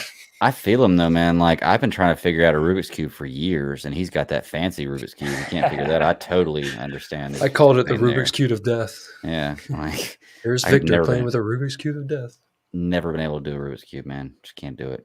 I know there's a trick to it. I'm just not smart enough to figure it out. Just don't watch all the videos on the internet. Pull the stickers off. That's always it. By the way, last note on Victor, he is a playable character in the game, and I don't know much about. Again, I'm not an expert on the League of Legends lore. Again, there's over 140 characters. Each of them have like full backgrounds, but I'd be interested to see what happens going forward. Victor is in that same room with Jace and Mel that's about to be blown up. But in the game, Victor is a very evil character. And that kind of has me wondering, like, where does this go? Because in the game, they paint it like, you know, he definitely has remorse. He definitely wants to do the right thing. I mean, you even see that in his final moments when he's about to kill himself. Like, the dude couldn't live with himself. So the fact that his character is supposed to be like this really crazy, evil kind of guy, it leaves me wondering what this show has in store for him down the road. Oh yeah, I can definitely see him being a villainous character. One of those guys his reasoning is he tried so hard for so long to do it the right way. Now he's going to do it his way type deal. Like I could definitely see him. He's Silco. I mean, he's Silco just a few degrees off. Yeah. Oh, that's true too, man. Yeah, that's true too. I thought that they were kind of were revolving around each other, but then no, he's definitely turning into that character. Dude, I'm sitting here watching League of Legends cutscenes right now while we're sitting here talking about Dude, this. aren't they incredible? They are, and I don't know any of these characters. And Cody, one thing you told me is how extensive this world is, and man, based on the success of this season, I don't know what the numbers are like, but based on everybody I've talked to who's loved it, what I've seen of it, and how much I liked it, they could have. This is something they could have for open up years to yeah, come. multiple For seasons, years to multiple year, like multiple. You said they have 140 playable characters. They have We know 7 of them 140 now. playable characters, Yeah. and each of them has extensive backstories and places that they come from. Like, dude, if you go to, I could not recommend it more. Go to the League of Legends YouTube page, just like what you're doing. And for the past 10 years, they have been putting out some of the most beautiful cinematic movie scenes that you will ever see, dude. They are absolutely incredible. I just looked this up. I literally just found this out, and I wouldn't have known it unless I looked it up. I know you guys are going to talk about Hawkeye later, and apparently the girl from Hawkeye, that's the girl who does the voice. I told you, Haley Steinfeld is having look at the rest of the stuff she's doing right now. Just follow that list down and see how much stuff she's doing, because she is having her moment right now. Yeah, she's killing it. And it does seem like they're trying to really paint the Young Avengers to be like a really big thing going forward. And I know she's probably going to be a big part of that too. So she's already going to be in another show. She's already going to be in the Echo show. Yeah, she's killing it, man. I'll tell you right now, I personally don't give Netflix enough credit, because I always laugh, like at the end of the streaming wars, it'll be something else and Netflix. Like Netflix will be the cockroach that will survive the streaming wars. And, they have taken in so much like Korean style stuff. I mean, they have broadened their shows and movies to a point that it doesn't affect me. I don't see a whole lot of new stuff, because it's not like it's for all sorts of different types of people. Yeah. But you look at what Netflix has given us. I mean, it's given me, I love, like, I'll go down saying it every time. I love the first season of Altered Carbon. House of Cards was great. Ozarks, Punisher, Daredevil. I mean, most things they did with Marvel. The Witcher, which is coming back. Stranger Things, which I love, and at some point you have to watch, Greg. Umbrella Academy, that this show came off. You haven't seen Stranger Things? No, I haven't. Dude, where have you been? Favorites, man. But dude, and you have a family. Like, you can watch it with your whole family, and everyone will have a fantastic Your time. girls will love it. Yeah, dude. Side note: I'm sitting here watching these cutscenes, and Jinx's like gun in this cutscene is the weapon she made. Is the weapon? Switcheroo is what it's called. Mm-hmm. Yeah, that's crazy.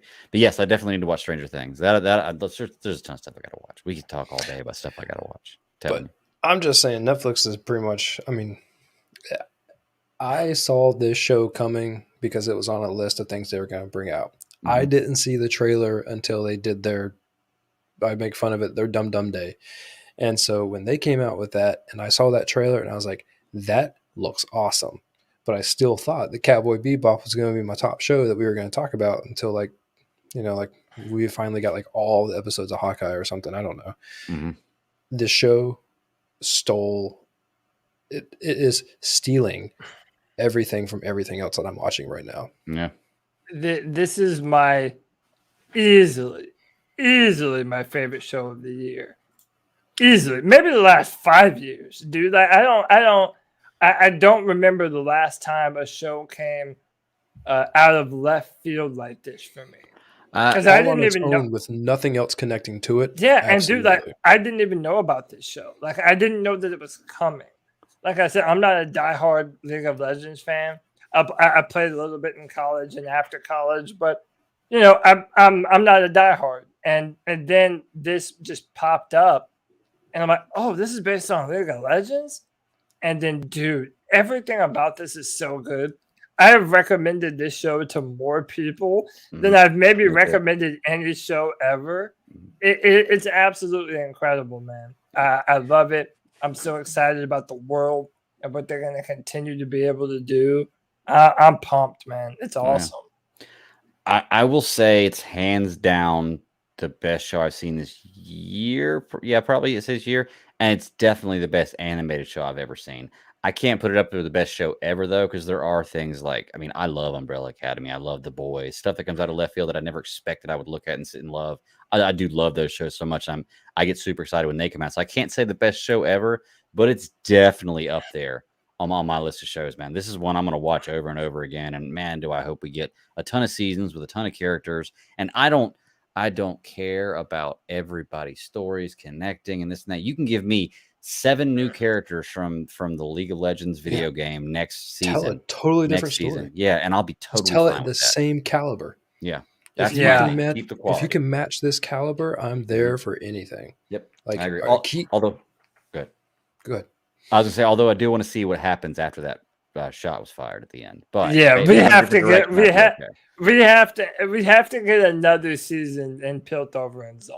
Yeah. Like we have to the way that they set this up, they need to finish this out. And then I would like to see them slowly branch out. Like, for example, with Mel Medarda and her mom, they come from Noxus. Some of the favorite characters I ever used were from Noxus. So I think it would be interesting to kind of see that world and kind of, because remember, she came over there to try and hasten up the production of Hex Tech into weapons. And it really does build that there is a bigger war that's coming that is even outside of Piltover and Zone. Yeah. So already it's building up implications for a much bigger conflict. Yeah, she was trying to start a war so they would make magic weapons to use them as guinea pigs to see how well the magic weapons did. That she was going to steal that tech from them if it worked well. Yeah, it's pretty evil. Yeah. Pretty evil. Well, cutthroat. I mean, evil, but it's also in the name of survival. It's like, well, if this can work, I'd rather do it to defend my people.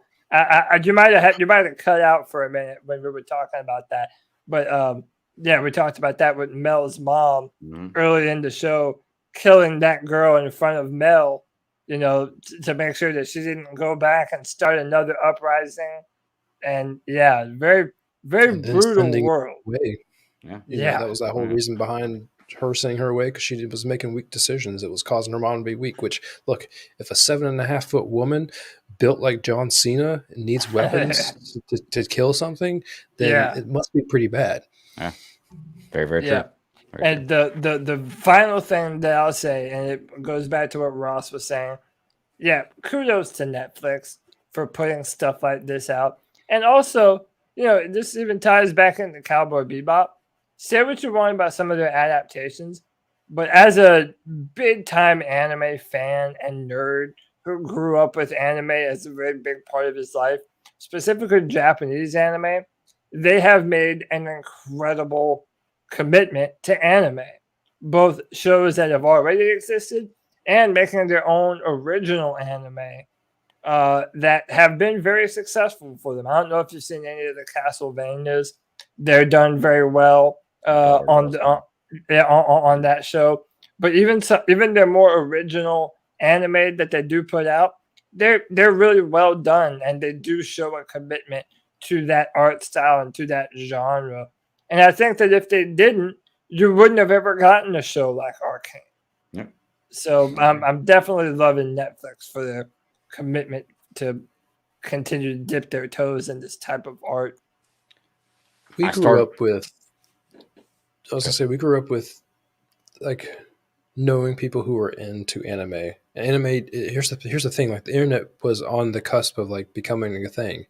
And anime was not something that you got when we were young. Right. Kids now have it everywhere that they could possibly want it. And it has turned into, we talked about it previously on this show more than once, that kids are into anime. Mm-hmm. Kids want to go see all the anime stuff, and not just like all the new stuff, but like, I mean, they're all the time watching the old stuff. I was asked the other day, do you know what Bleach is? I'm like, yeah, which one? But same thing, I'm like, I know all of the stories. I didn't get a chance to like watch them all, and I have not by any means caught up on any of them. But Netflix and the internet is here, and all of the kids know all the animes. If I had the choice between anime and something else, look, anime can be batshit crazy sometimes. But if I had the choice between it and some of the other stuff that I watched, I'm not saying that I wouldn't be into it hardcore either, Mhm. but I wasn't raised and bred on it. Right. Yeah. But I tell you, Cowboy Bebop was fantastic, and I'm going to keep watching it out of choice. So, Good deal. Yeah. Well, fellas, you got anything else you want to say about Arcane? We have squeezed this one dry, I think, but we got and they haven't confirmed a second season, but there's got to be a second season coming out. No, right? they I'll have. ask you- No, they have. confirmed? Okay. They have Fantastic. confirmed the second season. Fantastic. Let me. Yeah, I'll but ask. it's Go ahead. no, it's like the #1 show in like every country in the world for the month of November. It was, and you have to love that too. That Netflix is a worldwide platform because I mean this is literally a worldwide phenomenon. It's not just people like us. This is a well-received show that people have fallen in love with, and you don't have to have any relationship to the video game at all to enjoy this show. Yeah, I don't have anything else to say. It's easily one of my favorite shows of the past few years. I really love it. I love the characters. I'm excited to see what more they do, man. I made a I'm soundtrack into it. playlist to this show, and that's a big thing for me because if I'm going to listen to it all the time when I'm not watching it, like I have a soundtrack list to like Umbrella Academy.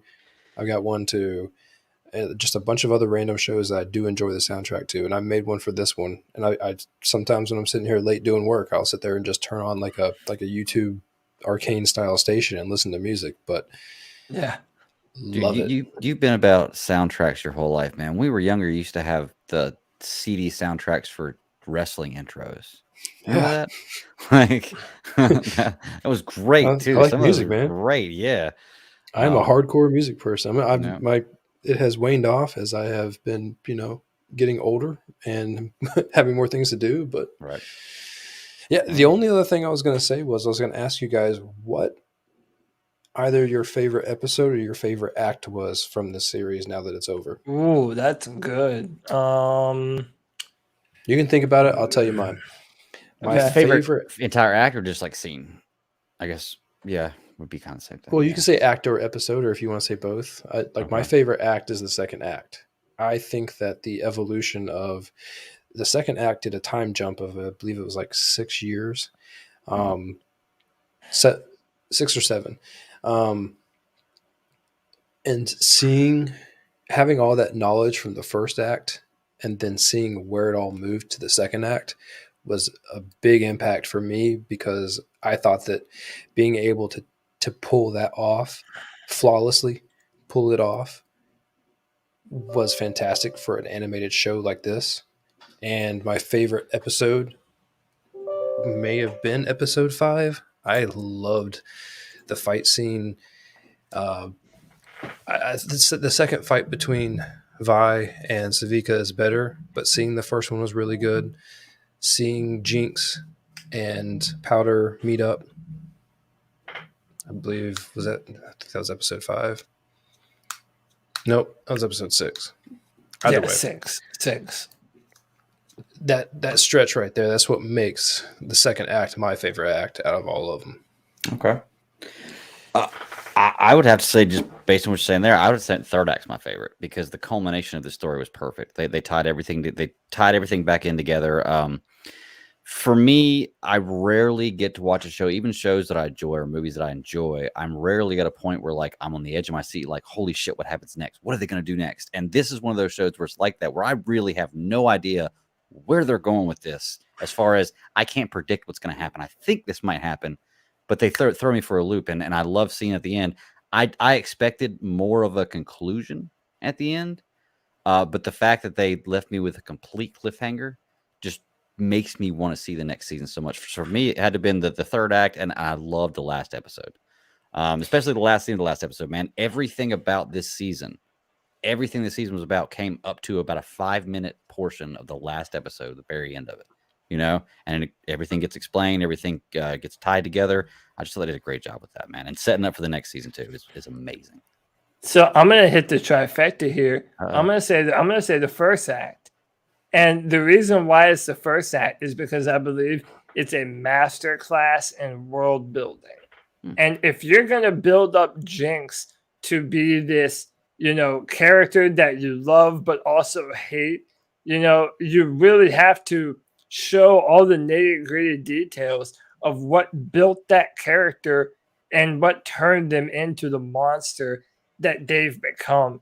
And the power of that moment where she's just trying to help her family and friends and with these crazy exploding crystal things that she has. She just wanted to go and help and be there for her family. But no, she ends up killing her adoptive father and her friends. But that's also the moment when her sister inadvertently gives her the name that sticks with her for the rest of her life. To me, it's just absolutely brilliant. I loved it all. But that's a chef's kiss, man.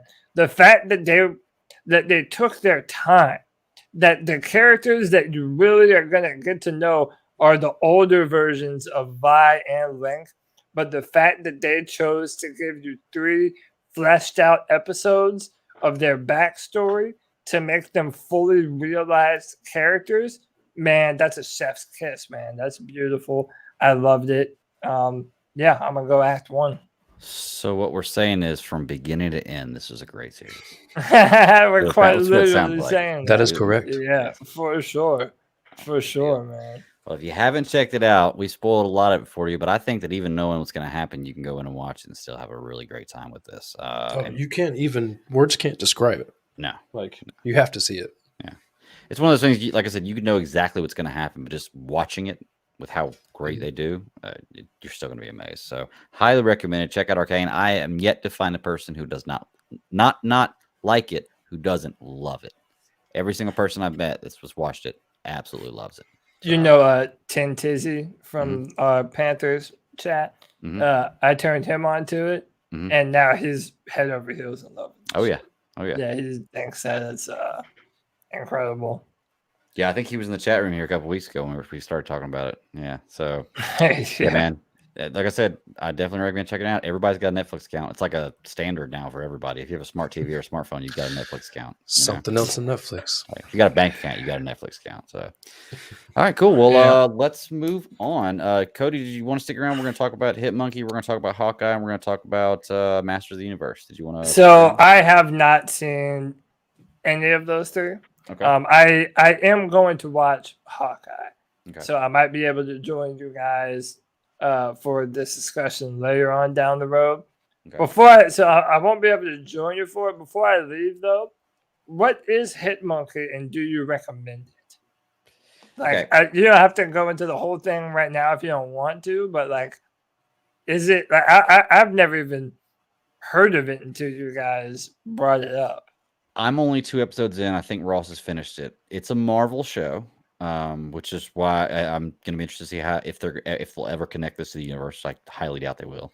It's like MODOK. MODOK's not going to be connected from Hulu. The Hulu shows are kind of like the Netflix shows. They're kind of just going to stand by themselves. They're just Marvel's opportunity to tell other stories. Yeah.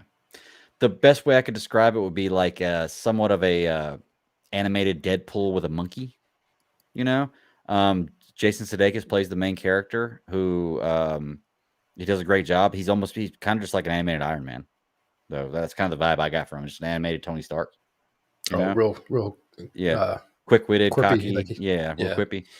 Did a it's great job. It's not unknown that like his character dies, and so even in the comic book, like he's a master assassin. He ends up dying, and then his ghost comes back, and then that's where you have to watch how it happens. But his ghost is there with this monkey the whole entire time, right? And it's a show that is fun to watch. It's not a trackable show. You don't have to sit there and like wait for like the next season or anything like that. It's like it's just a fun. If you miss watch. some of it, it's okay. Yeah, it's funny as hell to have on if you're doing something else. It's got great show. Yeah. And what is this on? What's it on? Hulu. Okay. Yeah. I'll so definitely Hulu came check it out out. with MODOK with Patton Oswalt. Is that his name? Yeah, I saw. Yeah. Yeah. And so I watched like a couple of them, but I'm going to tell you right now, like I kind of fell off that. I don't know how many episodes in. It wasn't bad. It just wasn't my flavor. And then when Hitmonkey was on, it was perfect because I could put it up in a small screen and like watch it while I was doing work and not really pay attention to it because you don't need to. The show you're listening more. Yeah. You're listening and you're enjoying the parts that actually do come up that are funny, and like the fight scenes are pretty good. I mean, it's all crazy. I mean, you're talking about a monkey, you can't take it so seriously, but it's just a fun watch. It's got a lot more gore and cussing than I would want my kids to watch. It's definitely not a kid show. Oh, it's an adult show. Yeah, definitely an adult show. But yeah, I think you'd like it, man. Like I said, I'm 2 episodes into it. So, as a matter of fact, I think we might as well just go ahead and walk into talking about that next. But before we do, Cody, man, I really appreciate you coming on, bud. It's fun. Yeah, man. I'd like to have you on as often as possible, dude. Where can they find you at other than here? Yeah, you can find me on Twitter at CodyLac, CodyLac. Of course, you can find me on the C3 Panthers podcast. It feels like every day now, but we kind of took a brief hiatus over the Thanksgiving break, but we're going to pick back up here soon. Fridays, Sundays, Tuesdays, Wednesdays, we're pumping out content, man. And then, you can find all my written work on drafttech.com, where I'm the analyst for the Carolina Panthers. I write about draft picks and draft and all that kind of stuff. So, yeah, man, check out my work. Boys, I love coming on here and talking about stories with y'all, man. Big fan of the Super Civil Servant, so I appreciate you having me, man. Of course, man. Anytime, brother. And I will see you Sunday, right? Yeah. Oh, of course. 4:30 Eastern Standard. Yeah. Hopefully after a fucking W. I hope so, man. I need to win so bad. Right. All right, buddy. I'll see you later. Boys, Up and down being a Panthers fan. Yeah, I know. Peace and love, boys. Later. Have a good one, man. All right. And then there were 2. Well, let's talk some Hit Monkey, man. We got a little bit into it, and I don't know a whole ton about it. I don't really care about spoilers. So, we don't talk long about it. But I enjoyed what I've seen of the show so far. I know I recommended it to a friend after I watched episode 1. The next night I watched episode 2, but after I watched episode 1, I recommended it to a friend at work, and he went home and watched it, and he told me he binged the whole thing because he loved it so much. He was like, "Thanks so much. That was such a great show." And I could see that. Like, I don't see it as being like one of my favorite shows of all time, but it's going to be a fun show. It is a repeat watch. Like not watching the same thing over again, but like I will come back for season 2. I'll be there. I will come back for season 3. They can only do so much. It's going to be crazy, and eventually the story will fall off. But it is fun right now. Yeah, you can't like it for what the story is. It's fun because it's so minimal. It's so the premise is so weird, crazy. I mean, you're taking an animal, and the animal's going to kill people. The animal's going to be an assassin that can't even speak English or something. Yeah, at this point. So he may. But he's got 4 hands, so he can shoot 4 guns. That's right. Yeah, this one reminds me of a sitcom, and I still watch a lot of sitcoms because sitcoms are like comfort shows for me. Stuff I've seen 1,000 times that I can put on in the background just to have something playing and not worry about if I missed something. You can pick up on a sitcom at any point in time and be okay and still enjoy the jokes and the characters and everything else. You don't have to follow through storyline, and I feel like that's the way this show is going to be. Only 2 episodes in, so I'm not insanely knowledgeable about the characters themselves or anything else, but I love Jason Sudeikis. His comedy is great, man. Like it's the quippy smart ass kind of comedy, just the little comments he puts in there all the time is great. It just reminded me very, very much of Tony Stark, like an animated Tony Stark, and I was like, well, I mean that's kind of what they were going for. So you're right, like the Deadpool.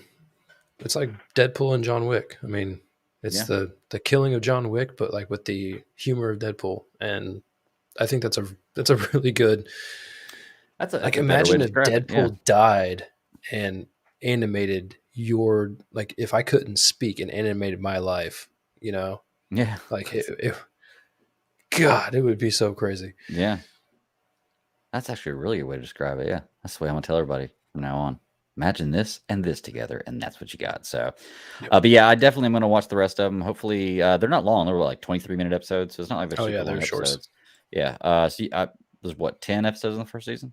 Yes. Okay, so I'll probably be able to run through that probably tomorrow. I'll get through all those. We'll talk about the full show next week.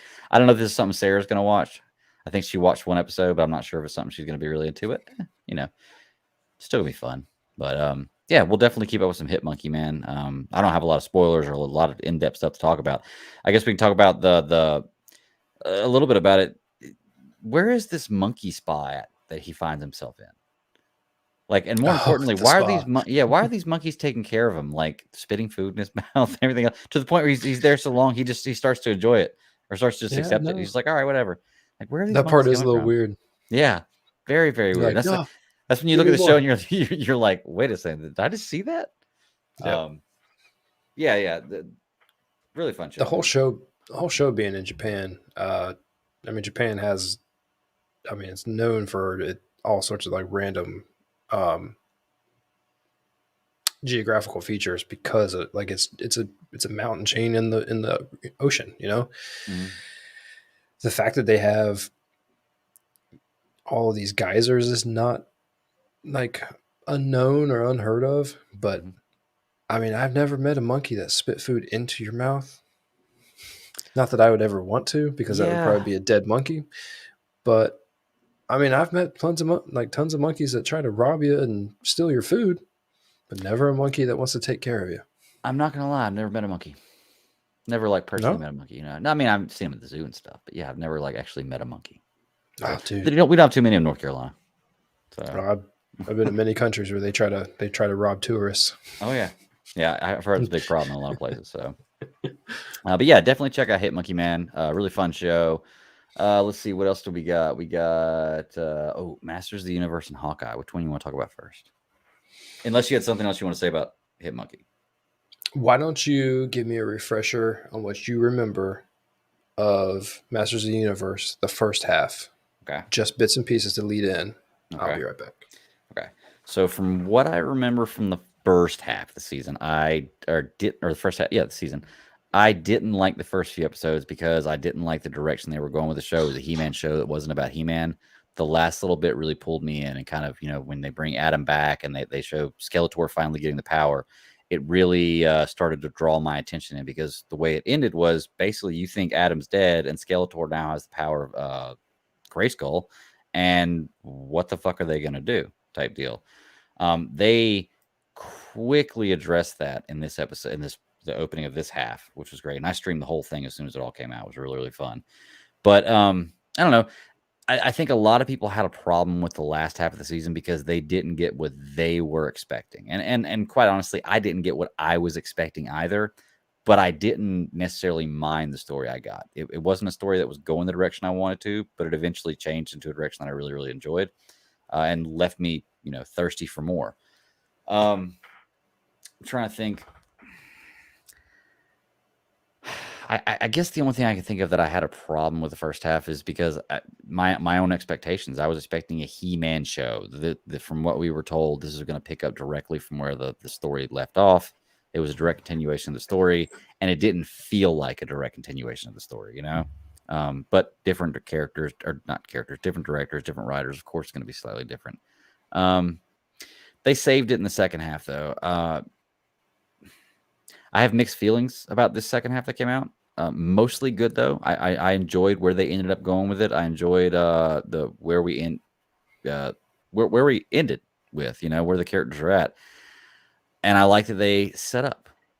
It's always great whenever you have a story that not only wraps up the previous story but sets up for the next one. So, based on how successful this is, I don't know if we're going to get another season of this, or if we're going to get a I don't think we're continuation of this. supposed to get another season of this. They set up for it, though. But Well, I don't think they left it open. Yeah, I think that the whole premise of creating the Revelation story was to kind of come back and tell, maybe to rehype and see what comes of it afterwards. But I don't think the intent was to ever create an ongoing story that was just going to go for seasons and seasons and seasons. I'm not positive about that. But what I will tell you is that I didn't expect anything from this show. And I blocked out all of the nonsense of like, this is the Tila show, or this is like not a He-Man or something else, and blah, blah, blah. Mm-hmm. I'm gonna be dead honest with you. I just wanted to see it and see how good it was going to be. And the first 5 episodes were great for me. Okay. And I think that them releasing it in 2 parts was an interesting release style. But when this second half came out, I mean, it felt epic. I mean, it felt like an epic He-Man story, like the He-Man story to kill all He-Man stories. Mm-hmm. And they did set up all sorts of little things that they can do with it. But what they did do was bring He-Man current, and they were able to say, here's what can happen if, Adam loses the sword. We saw Adam completely just go straight up crazy as He-Man without the sword. So that was a real interesting take on what you could get if Savage He-Man. That's right. Yeah, if it was uncontrolled or untethered or whatever you want to call it.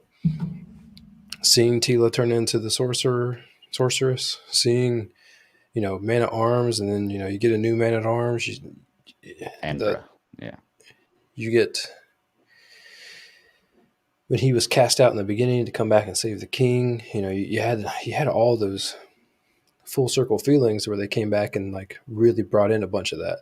And so I'm going to tell you right now, if you like, I actually want to ask you if you could just shut out all of that noise before you ever watched this show, do you think that you would have had any concern with the way that you felt about it? Well, I don't. To be honest with you, man, I don't think that the noise was really what got me. And like I said, I ended up really liking the show. We're going to grade it whenever we get done, and I've got a pretty high grading on it. I think just going into it, I had expectations in my mind, and the first few episodes didn't meet those expectations. But then I sat back and I said, okay, this is Mark Bernard and Kevin Smith, two guys that I like. They're great storytellers. I was like, let me just sit back and take my expectations out of this and eat what they're giving me and see how I feel. And I really enjoyed it. Like I said, there's some things about the second half that I thought were weird. I wrote down on here, but I thought the second half was better than the first. And once again, I love when they have a good finale and a good conclusion, and they did a really good job wrapping this one up at the end. There were a couple things I saw coming, and we'll start to break it down. Like whenever what's her name kills Evelyn kills the sorceress, and she says it's time for new blood. And I was like, okay, well, that means that her daughter's going to be the new sorceress, I'm sure, eventually. And that's what that new blood meant. Little bitty things like that are predictable. But, once again, I'm looking for stuff like that. So it makes it a little different when you're actually out looking for stuff like that as opposed to just watching and naturally finding it. You could tell Kevin Smith was the director in this with some of the things it said, like just the tastes like copper comment. And I'd really like, yeah, I'd really like to fist that guy comment. Like I was like, okay, yeah, Kevin Smith wrote that, and he says little things like that just to be funny, So, but I'm cool with that. I didn't mind Evelyn trying to jump on that Skeletor bone. I liked. Oh yeah, that was kind of sexual, wasn't it? Oh, it was totally sexual. Let's talk about that. She's like, why don't you power down? Yeah. I mean, it was all for a move, but good lord. How weak is Skeletor, dude? Seriously, you finally got all the power you wanted, and the first time Evelyn comes and throws it at you, you're just gonna drop everything and give it to her? Like, come on, man. I'll tell you though, it did throw me for a little bit of a loop because I did think that Evelyn was going to. Well, she did end up being a good guy in the end, but I thought that was going to happen beforehand. I thought she was going to be the one. Well, I guess she was the one who's to follow Skeletor too. I thought she was going to do it for the good guys though, not for her own doing. So that kind of threw me for a loop. Where it seemed like almost she was going to be the big bad at the end, and you get to finally see Skeletor and He-Man team up, which is pretty cool. I like that. Like I said, it was epic. I like the way they portrayed the Void and the way they described the Celestial Apex. Like it made sense. Like it made way more sense than time travel. Anything else, like it made sense. Like, okay, I can believe that. I can believe what they're saying there. Was He-Man, did it have blood in it when you're younger? Not that it bothers me, but it's just something I noticed, and I was like, wow, there's a lot of blood in this, but I don't remember enough of it when I was younger. See, that's the thing, and that's what I don't remember. I don't remember what did exist and what didn't exist, but I tell you right now that's why I went into this show thinking that like whatever they give me, I'll just decide at the end whether or not it was worth the journey. Yeah. And I felt at the end of episode 5 that like it was worth the journey just for 5 episodes. It was already telling something different. And when have you not had like a major team up in a comic book or an animated movie or animated show where, the main person loses all power? Like all of a sudden the Flash can't run or, something like that happens. Yeah. You get athlete's foot. Yeah. Here, He-Man was essentially he was made numb. He was no longer allowed to basically be He-Man. He was killed. Yeah. You know, he Stabbed. went to the all of these things happened, and they turn around, and this right here would have been the equivalent of a 3-episode arc on any one of the Saturday shows that we would have watched as kids. Mm-hmm. Except they did it over 10 episodes, and it did it with a much higher budget than we ever got as kids. Very, very But much so, yes. I ate it all up. It was, like you say, it's pizza. Exactly. I'll eat it. Give me more. I liked Orko the White. That was pretty cool. Oh, yeah. Yeah, the return of I did Orko not the see White. that one coming back, though. I didn't know. That one got me. Well, I did, because at the end of the 5th episode, you got the hint of him. Remember, you heard him. You heard his voice. Right, So, but I thought know, it I was was like, gonna be okay, he's something coming else. back. They did a good job, because I thought it was going to be the Sorceress, because they were playing right up for that. But, they extended that story by bringing Orca in. Oh, so you saw Orko coming back. You just didn't see that him be coming back right there. Yeah, okay. yeah. I get that. And in such a big way. Yeah. I thought it was weird at the end. Like, they're fighting. He-Man's He-Man, Skeletor's Super Skeletor, whatever. And for some reason, while they've been doing all this fighting this whole time, He-Man's just like, I won't fight you. And I'm like, why not? Like, why all of a sudden did you have this change of heart? I won't fight you. Like, that hasn't been your thing the whole time. The whole time your thing has been like, it's the battle to death. The two of us, good versus evil. Now all of a sudden, I won't fight you. I was like, that's kind of weird. We grew up watching wrestling where people became tag team partners and then turned on each other instantly. So don't bring that's exactly what Skeletor did. But He-Man's like, no, I'm an honest man, and we were partners, and like I'm not going to fight my partner. So you think that's what it was, because they were in a partnership at that point in time, that he wouldn't fight him then? I guess that makes sense. The thing that what it was him trying to get him to see that, like, hey, you don't just have to team up with me when things are bad for you. Also, like, you can truly like start to see the light. Mm-hmm. Let's put some flesh on that face and make it smile a little bit. There were 2 things about this series, or this second half of the series, that I can point out that I saw, and I was just like, nah, they could have explained that better. I didn't really like the way they did that. And it was, they both basically do the same thing. Is how come whenever Teela is talking to her mother, and her mother's telling her, she's like, you can have this power, you can become a sorceress, but you have to stay here for the rest of your life. You can never leave there, blah, blah. And they really pound that. They harp on that. That's why her mother never left, this and that. And then all of a sudden, Taylor's just like, no, I think I will. And does. So is that how it works? You can just be like, I think I'm going to do this. And I'm going to go. And the same thing happened with Orko at the end. He's floating away. And he's there with all of them. All within arm's reach. And Teal's like, I'm so sorry. I didn't realize. And he's like, no, I knew it was going to happen to me. And then Lynn just grabs his arms like, nope, you're not. We just make up our own rules now? Like, no, he's not going to go. We're going to take it back. That was the only thing that got me. I was like, that was a really cop-out answer for the reason why she was going to be able to become the sorceress and leave. Yeah, I just feel like it. It's always it's a major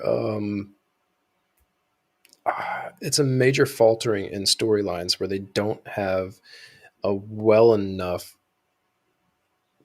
basis on why it happens. Mm-hmm. Like, I feel like I've seen it in other like movies that have gone on since I've been a kid, and it's always, well, it wasn't that way previously because you didn't try hard enough, or you didn't think about this whenever you're trying to do it. Because trust me right now, dude, if I can tell you how many times I watched something and they just decided to come out right out of the bat and say anything like, you just weren't smart enough to think about it. I was, and so now I can do it. But it's not a good story advancement tool. You can't just do that. And you're right.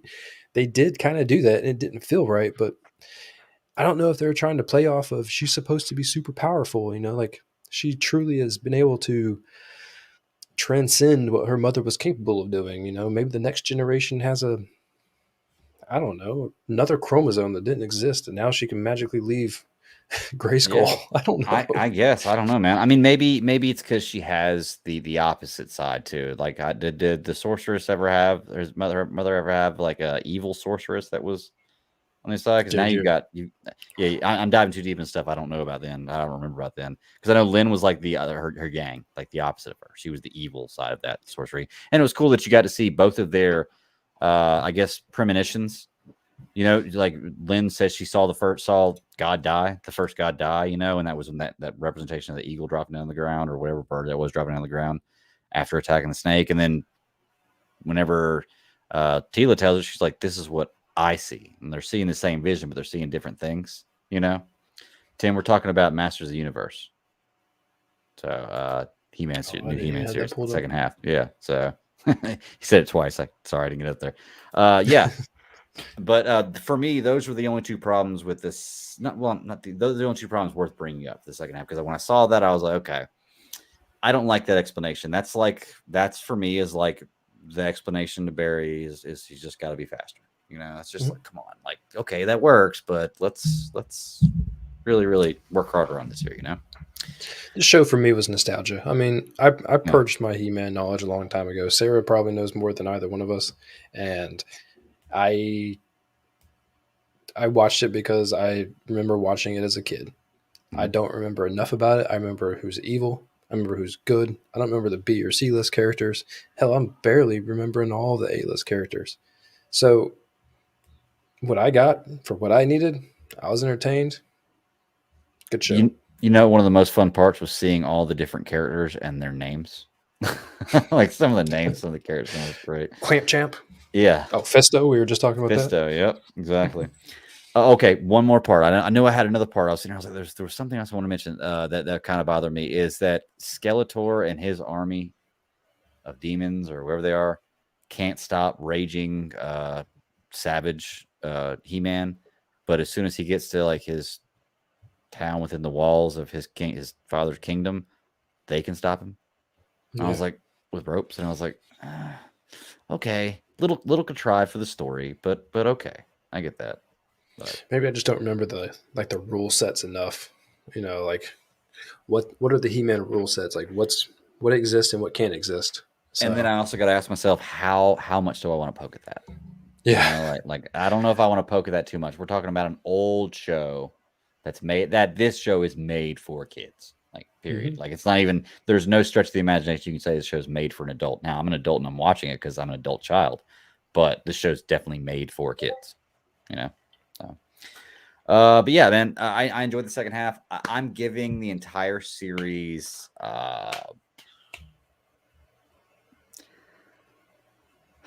I'm going to give it an 8. I was going to try to go somewhere between, I was thinking 7.5, but I really enjoyed the second half. So I'm going to give it an 8 because it's something that I'm actually thinking about going back. And now that I have the whole thing, rewatching the entire thing as one movie, because it'd be like a 3-hour movie, you know, if you watch the whole thing all together. And I could sit down and do that. And I think that I would really enjoy it if I sat down and watched the whole thing. And you know, that's actually a really good point that you bring that up. I remember actually Ninja Turtles was probably the prime example. I remember being a kid and being into Ninja Turtles, the cartoon, and then getting like the Ninja Turtle movies, which were essentially just like groups of episodes put together. Mm-hmm. This could definitely be like its own standalone movie if for like the hardcore He-Man fans. Mm-hmm. I mean, I would probably say like a 7 overall, but the animation was solid. Yeah. All of the coloring and everything they've done for this show is perfect. I loved every bit of that. I loved, actually, when I was discussing it on Arcane, they did a good job of like being able to like wrap around characters as they were like doing something. Mm-hmm. So you see like the front side of He-Man and his face, and then like he starts running at you, and then it like spins around to his backside. And I mean, there's a lot of thought that went into the animation aspects and I don't know, directing of animation. I guess I don't know what you would call that. Either way, it worked out. Yeah. I agree. Cool deal, man. Well, anything else you want to say about Masters of the Universe?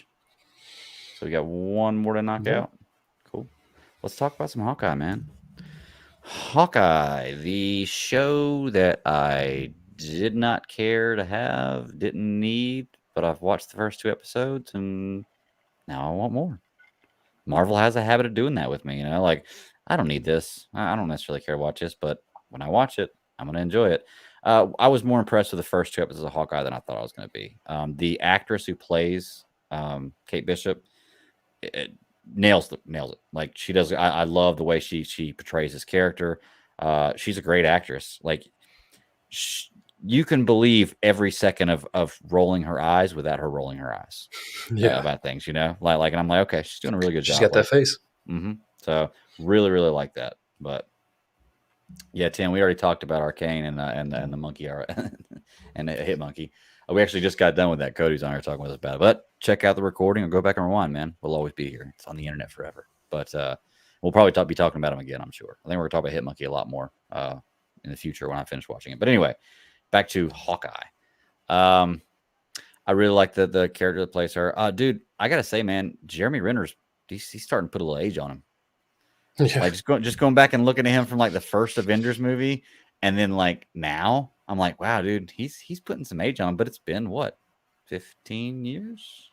It's been a long time, dude. It's been a long time. Yeah, 2012 years. Was the Avengers, but he was in Thor before that. Yeah, I mean, and even then, like he was Castaway before that. So yeah, I think this show did a. There's a lot of back and forth over whether or not this is a good thing or a bad thing that I've heard and read so far. And I enjoyed it, which was the lead-in to the Hawkeye show using what you know about Hawkeye's past, because it seems very limited. You don't have, because he's Hawkeye. He's not Iron Man or Captain America. He's Hawkeye. But he's got a lot of like great one-liners in the movies that he's done. They've taken the shots and they've taken that first episode where they show him being the, not catalyst, but as the 2012 New York war, whatever you want to call it, invasion was happening. Yeah. When she sees him basically pull those two shots off, the one where he's shooting Loki and the one where he jumps off the building and, springs right into the window, it concreted directly into her head as a child. And she was already as a child that had weird, whatever their parents were going through. I mean, I don't know if they were on the verge of divorce or whatever the issue was, but it was pivotal for her childhood. It turned her into the person, she said to her mom at the funeral, I need a bow and arrow. She learned martial arts. She had countless medals. They shoved that one scene in your face when she saw her mom for the first time, and however many months from being at school when she dropped that bell. Yeah. Which by the way was a pretty awesome shot. Yeah. Hand her mom the medal, and she was like, well, you're going to start getting rid of some of your old ones because you don't have any more room because you're an overachiever.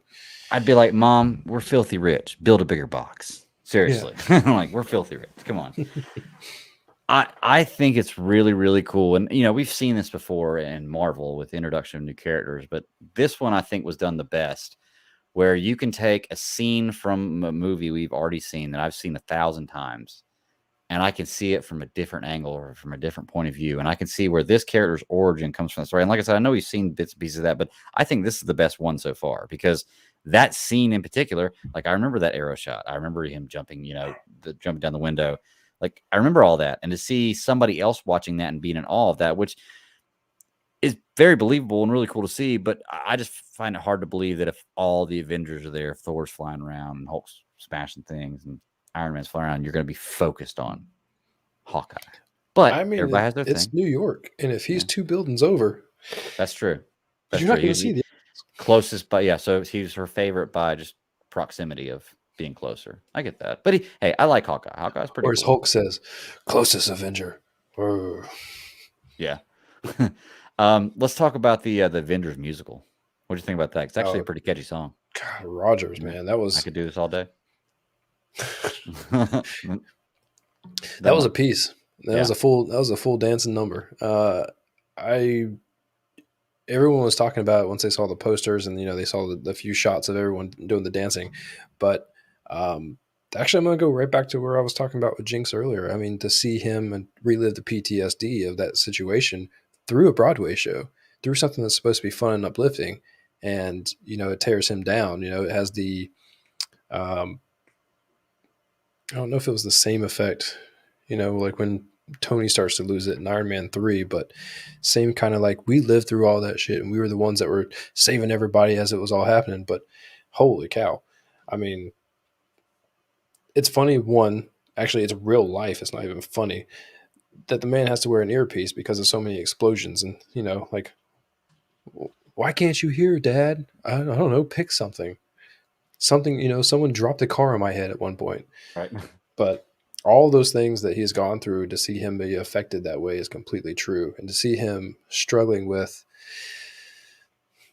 not spending time with his family, but accepting that his family may not know him completely, even though he seems like the most family man out of any one of the Avengers people, period. Sheds a little realism on it that I think you're probably going to need.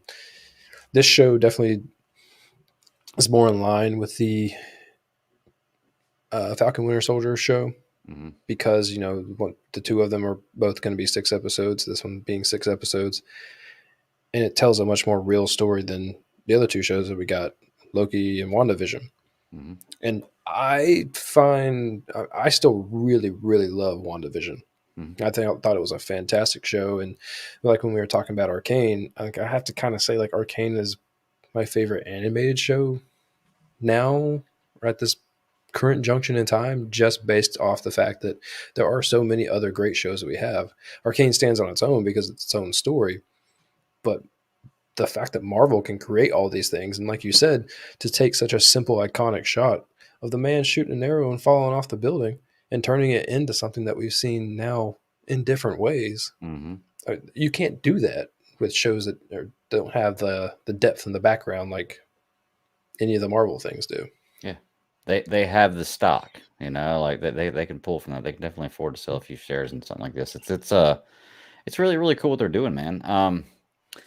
Let's see. Oh, how is Kate Bishop not in jail for destroying that Money. clock there? Money. Really? Yeah, I guess that's true. I mean, so I guess if her mom will pay for it, that she's not going to get any kind of criminal charges. Like, it just blows my mind. But once again, show. What did you think about Kate and Ronan's suit? I thought it was interesting how they even have that suit. I mean, trying to connect those dots, like, here's the Ronin sword, which retracts all of a sudden. Did it retract in game? I didn't feel like I it did. never saw it retracting in game. I thought it was a cool feature, but I asked myself the same question. I was like, did it ever retract? I remember him dragging it across his arm, but I don't remember it retracting. Yeah. So they had the sword and they had the suit, which had to be in the Avengers compound.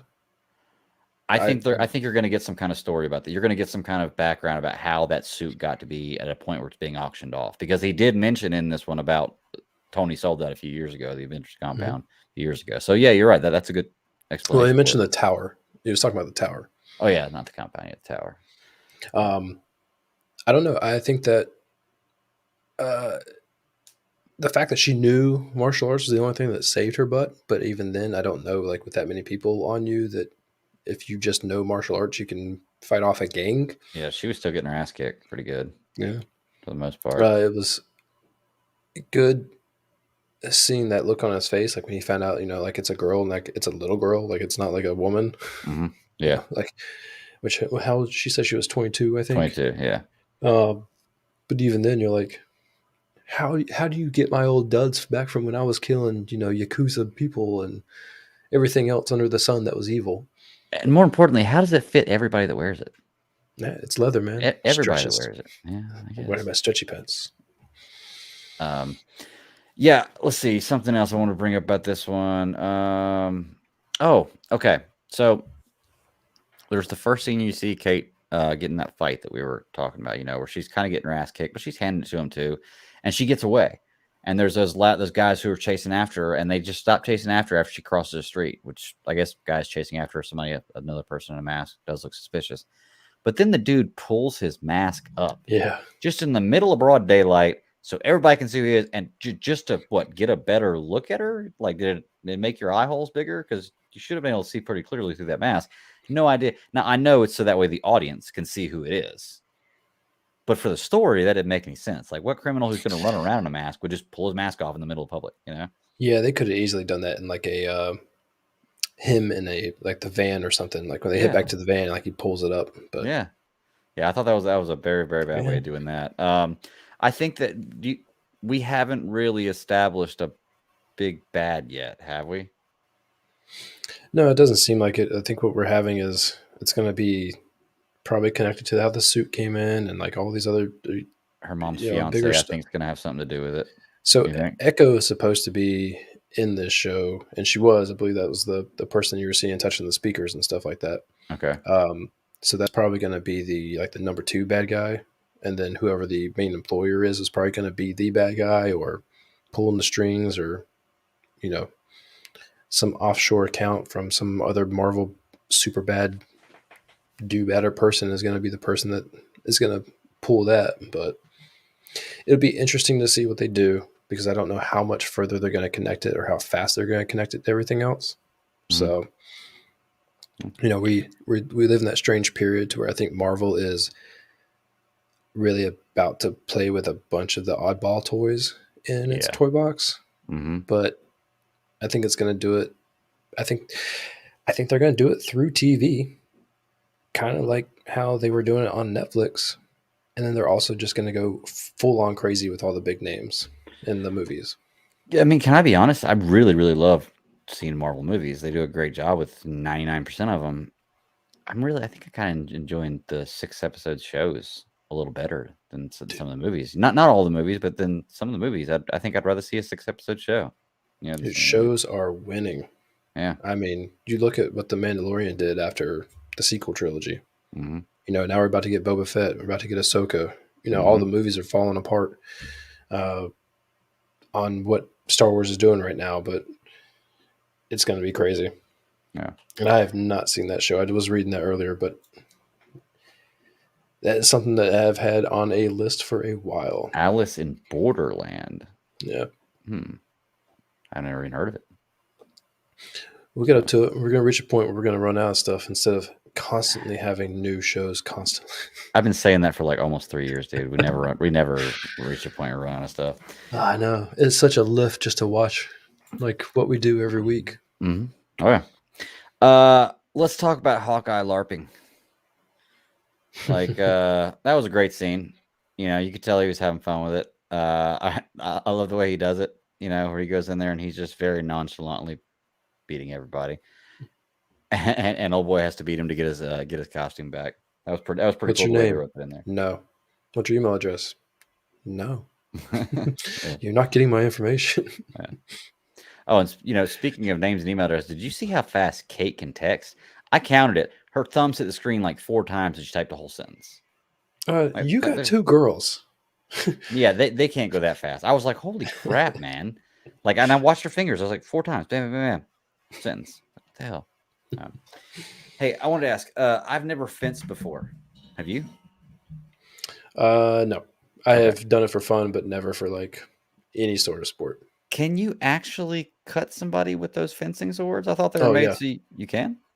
So the ends of them are typically ball pointed. But the blades, I guess you could get some. But they are still they're super flexible too, which allows them to. I mean, imagine being cut with like tinfoil.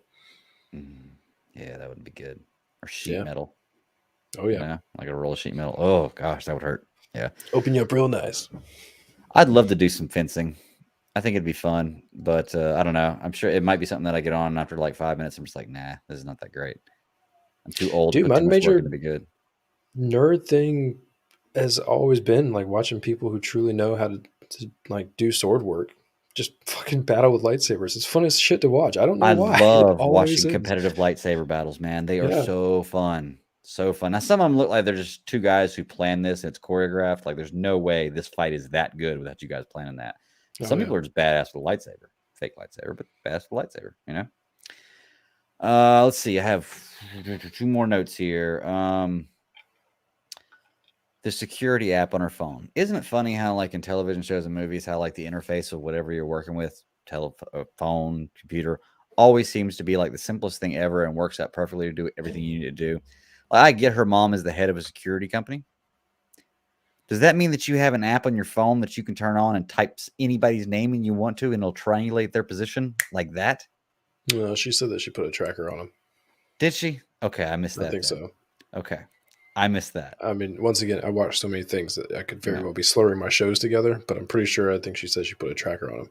Okay, I'll buy that, and that that solves that problem for me, because I was like, man, that is just like, I get, you got to stretch the imagination with some of these things, but that is really, really stretching it. That's like having a gauntlet that can snap your fingers and do anything, like can't. That when we watched, that when we watched shows, hell, not even shows as a kid, like CSI. They always talk about all the time, like being able to triangulate via cell towers. Like we're way past that now. I mean, you can tell where someone's phone that is off is just by like the phones talking to each other. Like I don't know if you know any of this, but you are completely trackable no matter what your phone is doing. 100%. Sorry to spook you, but it's possible. No, it's definitely true. Dude, you're completely trackable without using your phone. You can look at your debit card transactions for the day, and somebody can tell you almost the path of where you've been that day or what you've done that day. Like, dude, there's so many ways to track people. Anybody who's super, super, I don't know. That's still a different discussion. No, I don't want to be tracked, but no, there's no way of stopping it and living in the modern world. Sorry, it's not going to happen. You want to enjoy luxuries, sometimes you have to pay the price.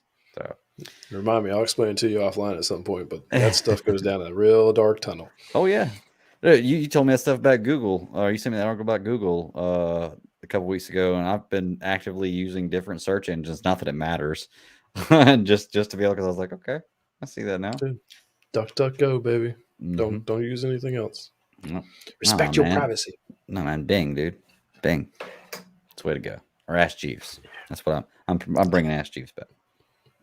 Let's see. Nothing else. Yeah, that's all the notes I really had for this one. The musical, Kate's intro. Why is she not in jail? I wrote Armin dying down, but I don't think that's really relevant. I think they only put that in there so that way you could see him kill somebody with a knife or with a sword.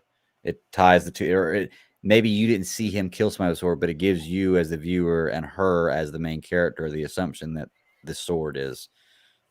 He's a sword enthusiast, and all of a sudden his friend just got stabbed after he outbid him for the sword, blah, blah, blah, blah, because she saw that too. And then they did have the butterscotch at the end, which tied it all together. Because she saw that butterscotch where? In that, in the auction, in the right? jar. In the same jar, yeah. No, she saw the butterscotch at the dude's house. Is that what you're asking? Yeah. Yeah, because he had monogram butterscotch. Yeah. And when they bring up a point like that in a show like this, you're going to see it again.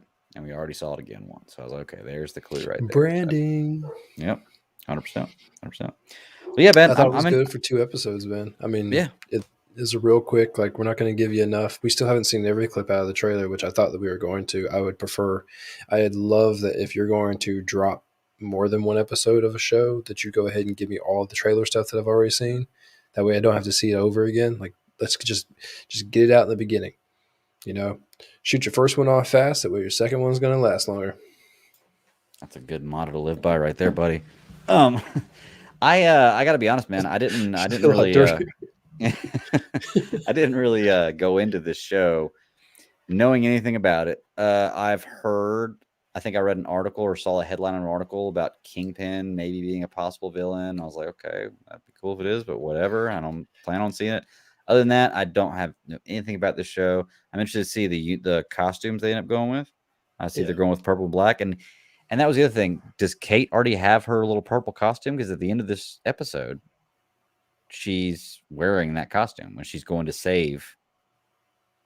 Look, man, she's got money. Money can do anything for you. Money is a superpower. That's true. What did her mom say? If you need something. What did she say? There's 2 things you've always been: smart and young.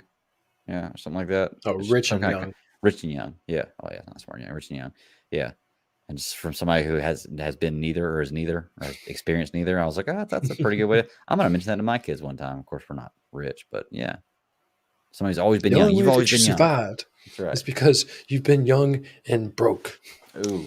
Hey, Tin has a question in the chat room. He says, anybody watch the first 3 episodes of Wheel of Time? I did not. I know, Ross, you did though, right? I watched the first 4, the 4th one today. First 4, okay. Yeah, I'm gonna try to get that one under the belt this week. That one looks pretty interesting. I think we'll probably add that to the show next week if I can get it watched. So I think Sarah said she watched a little bit of Wheel of Time too, didn't she? I can't remember. Maybe the first episode. Yeah, I don't remember. I'll tell you. Are we done with Hawkeye? Are you good? I don't got anything else to say about it. Yeah, I'm good. I'm interested to see what they're going to do. I mean, we Yeah. got 4 more, so let's see what the other 4 do. I'm enjoying it. We're a third of the way through it. That's right. Let's just enjoy the rest of it. Wheel of Time, real fast. I'll tell you, the first. I thought Wheel of Time was going to be better than what I'm experiencing. And once again, I don't know if it's the Arcane effect. I don't know if like everything is just off to the side because of that. The first 3 reminded me of if they made shows like Hercules and like Xena Warrior Princess now, that's kind of like what it reminded me of. Amazon's pulling off the characters don't feel like they 100% fit in the universe that they're creating. It's an old imagine everything's muddy, everything's dirty. There's no showers anywhere. You know, you got a shit where you can squat, all that type of stuff. And I swear that everyone in this show feels completely like way too clean for the world that they live in, and it does not feel appropriate. The 4th episode, I will tell you, this week has been a real weird thing for me because, like with Cowboy Bebop, I hit that ledge to where I'm like, I don't know. And then I hit that episode in like the 4th one to where it was like, poof, perfect. Like, let's go. Like, we're going down the slope now. Mm-hmm. The 4th episode of this show did more than the first 3, I felt like, combined. But I can't say that I would appreciate that without the first 3. Okay. I still feel the way that I feel about it. And you're perfect for a sci-fi show remake. I've said that constantly about Amazon to people that I talk to about TV shows. To me, Amazon is the current day sci-fi channel. Besides The Boys, and I mean, The Boys is really like their epic like show that they come out with, but they picked up that show that I like, Expanse. Like, I loved Expanse. That was was that a sci-fi show first? Either way, Amazon picked it up. They kept on making it. It feels like the current day sci-fi channel. They don't have. I don't know. They shortchanged their budget somewhere, and where they do it just seems so noticeable. It's like they're giving so much money, and like even I will tell you right now, like even if they do, was it the Lord of the Rings? Like if they're not pulling out every single stop for that, I don't know what. I don't. That's going to destroy the fandom. That's a big challenge to take on. Like that is a ballsy effing move, because you are either going to make a lot of people really happy, or just the slightest little thing that somebody doesn't like, you're going to lose a ton of fandom. I mean, well, not lose. I mean, they're still going to have their Amazon Prime accounts, which I know Amazon's thinking like, yeah, you're not going to cancel your subscription because of this. I mean, hey, look, I don't cancel my Amazon Video is free money for Amazon. Exactly. Like, I was gonna say I don't subscribe to Amazon for Amazon Prime Video or Amazon Music. Those are extras for me. I subscribe for the free 2-day shipping. Oh yeah. That point blank, I pay this much money a month, so that way whenever I get something, I get it in 2 days and it's free to ship. You know, the video and the music are just perks to go with it. But because of that, I'm not going to cancel that account. You know, like Amazon and Netflix will always be accounts that I'm paying for. I might as well just go ahead and sign a lifelong contract for those two. And HBO Max is getting that way with me too, man. I really like HBO Max. They got some pretty good stuff. HBO Max has me slightly worried too, because as much as, you know, Game of Thrones didn't stick the landing for everybody, they're coming out with the next show, and to me, it doesn't look so far right now with the one trailer that we got does not look the same as. Isn't it like 1,000 years different? It's like 1,000 years difference there, isn't it? It's a prequel story. I don't remember what the time jump is, but I thought it was like a huge time jump. I thought I could be wrong, but I thought it was like a huge time jump. I remember when I covered it and brought it up when the trailer came out, but I got to purge so much information to hold on to what I can nowadays. Yeah, I can't hold on to it all for that long. No, not at our age, man. We got to compartmentalize and figure out what we want to store, and then just toss the rest out. So, but yeah, dude, I'm definitely gonna start checking out Wheel of Time. I'm gonna hop on finishing up Hit Monkey this weekend. I'm gonna hop on finishing up or starting and finishing Wheel of Time. And then just continuing with Hawkeye. All of Hitmonkey's out, right? They're not coming out with any more episodes. Yeah, no, it's all the out. first season. Okay, so don't worry about any more of that. Cowboy Bebop. I'm gonna finish up that one. So yeah, we definitely got some good stuff to talk about. And we still need to start covering the Matrix movies. The Matrix coming out.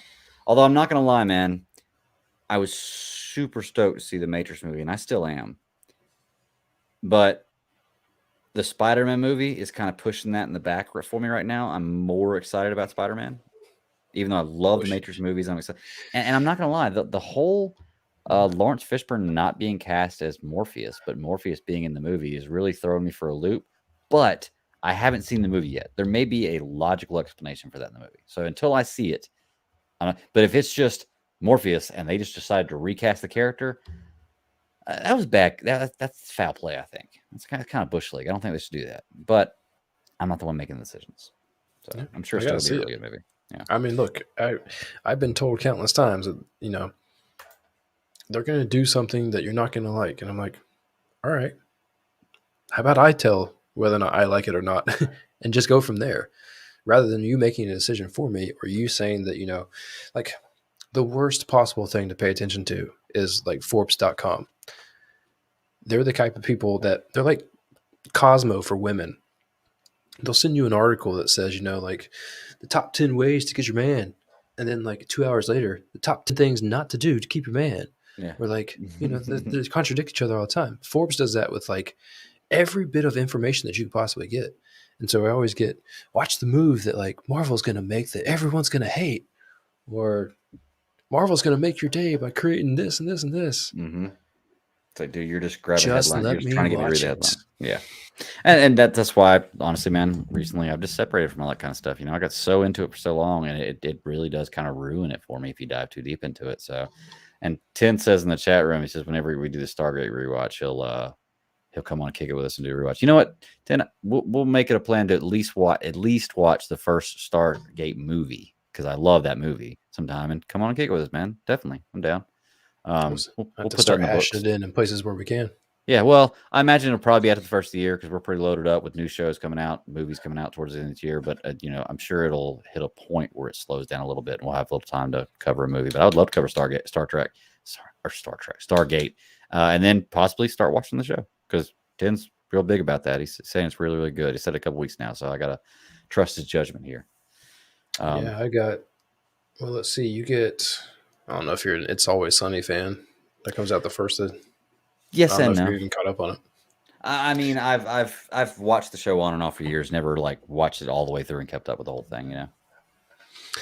You get Spider-Man and The Witcher, so theater and at home on the 17th. We get Matrix on the 22nd, Book of Boba on the 29th, Cobra Kai. I don't know if you watched any of Cobra Kai. I did. It was great. Yeah.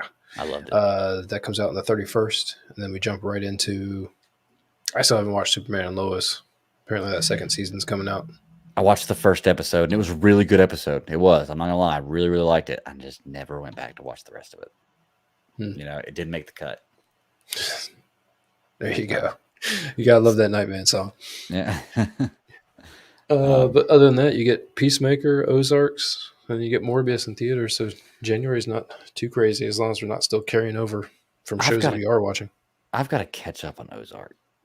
Like, I think what is this going to be? Season 4 coming up?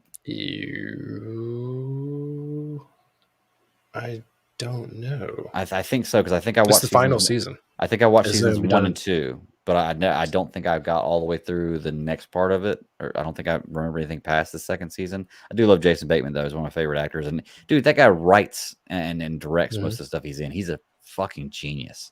Guy's been acting since he was like 5. Insane, man. Insane.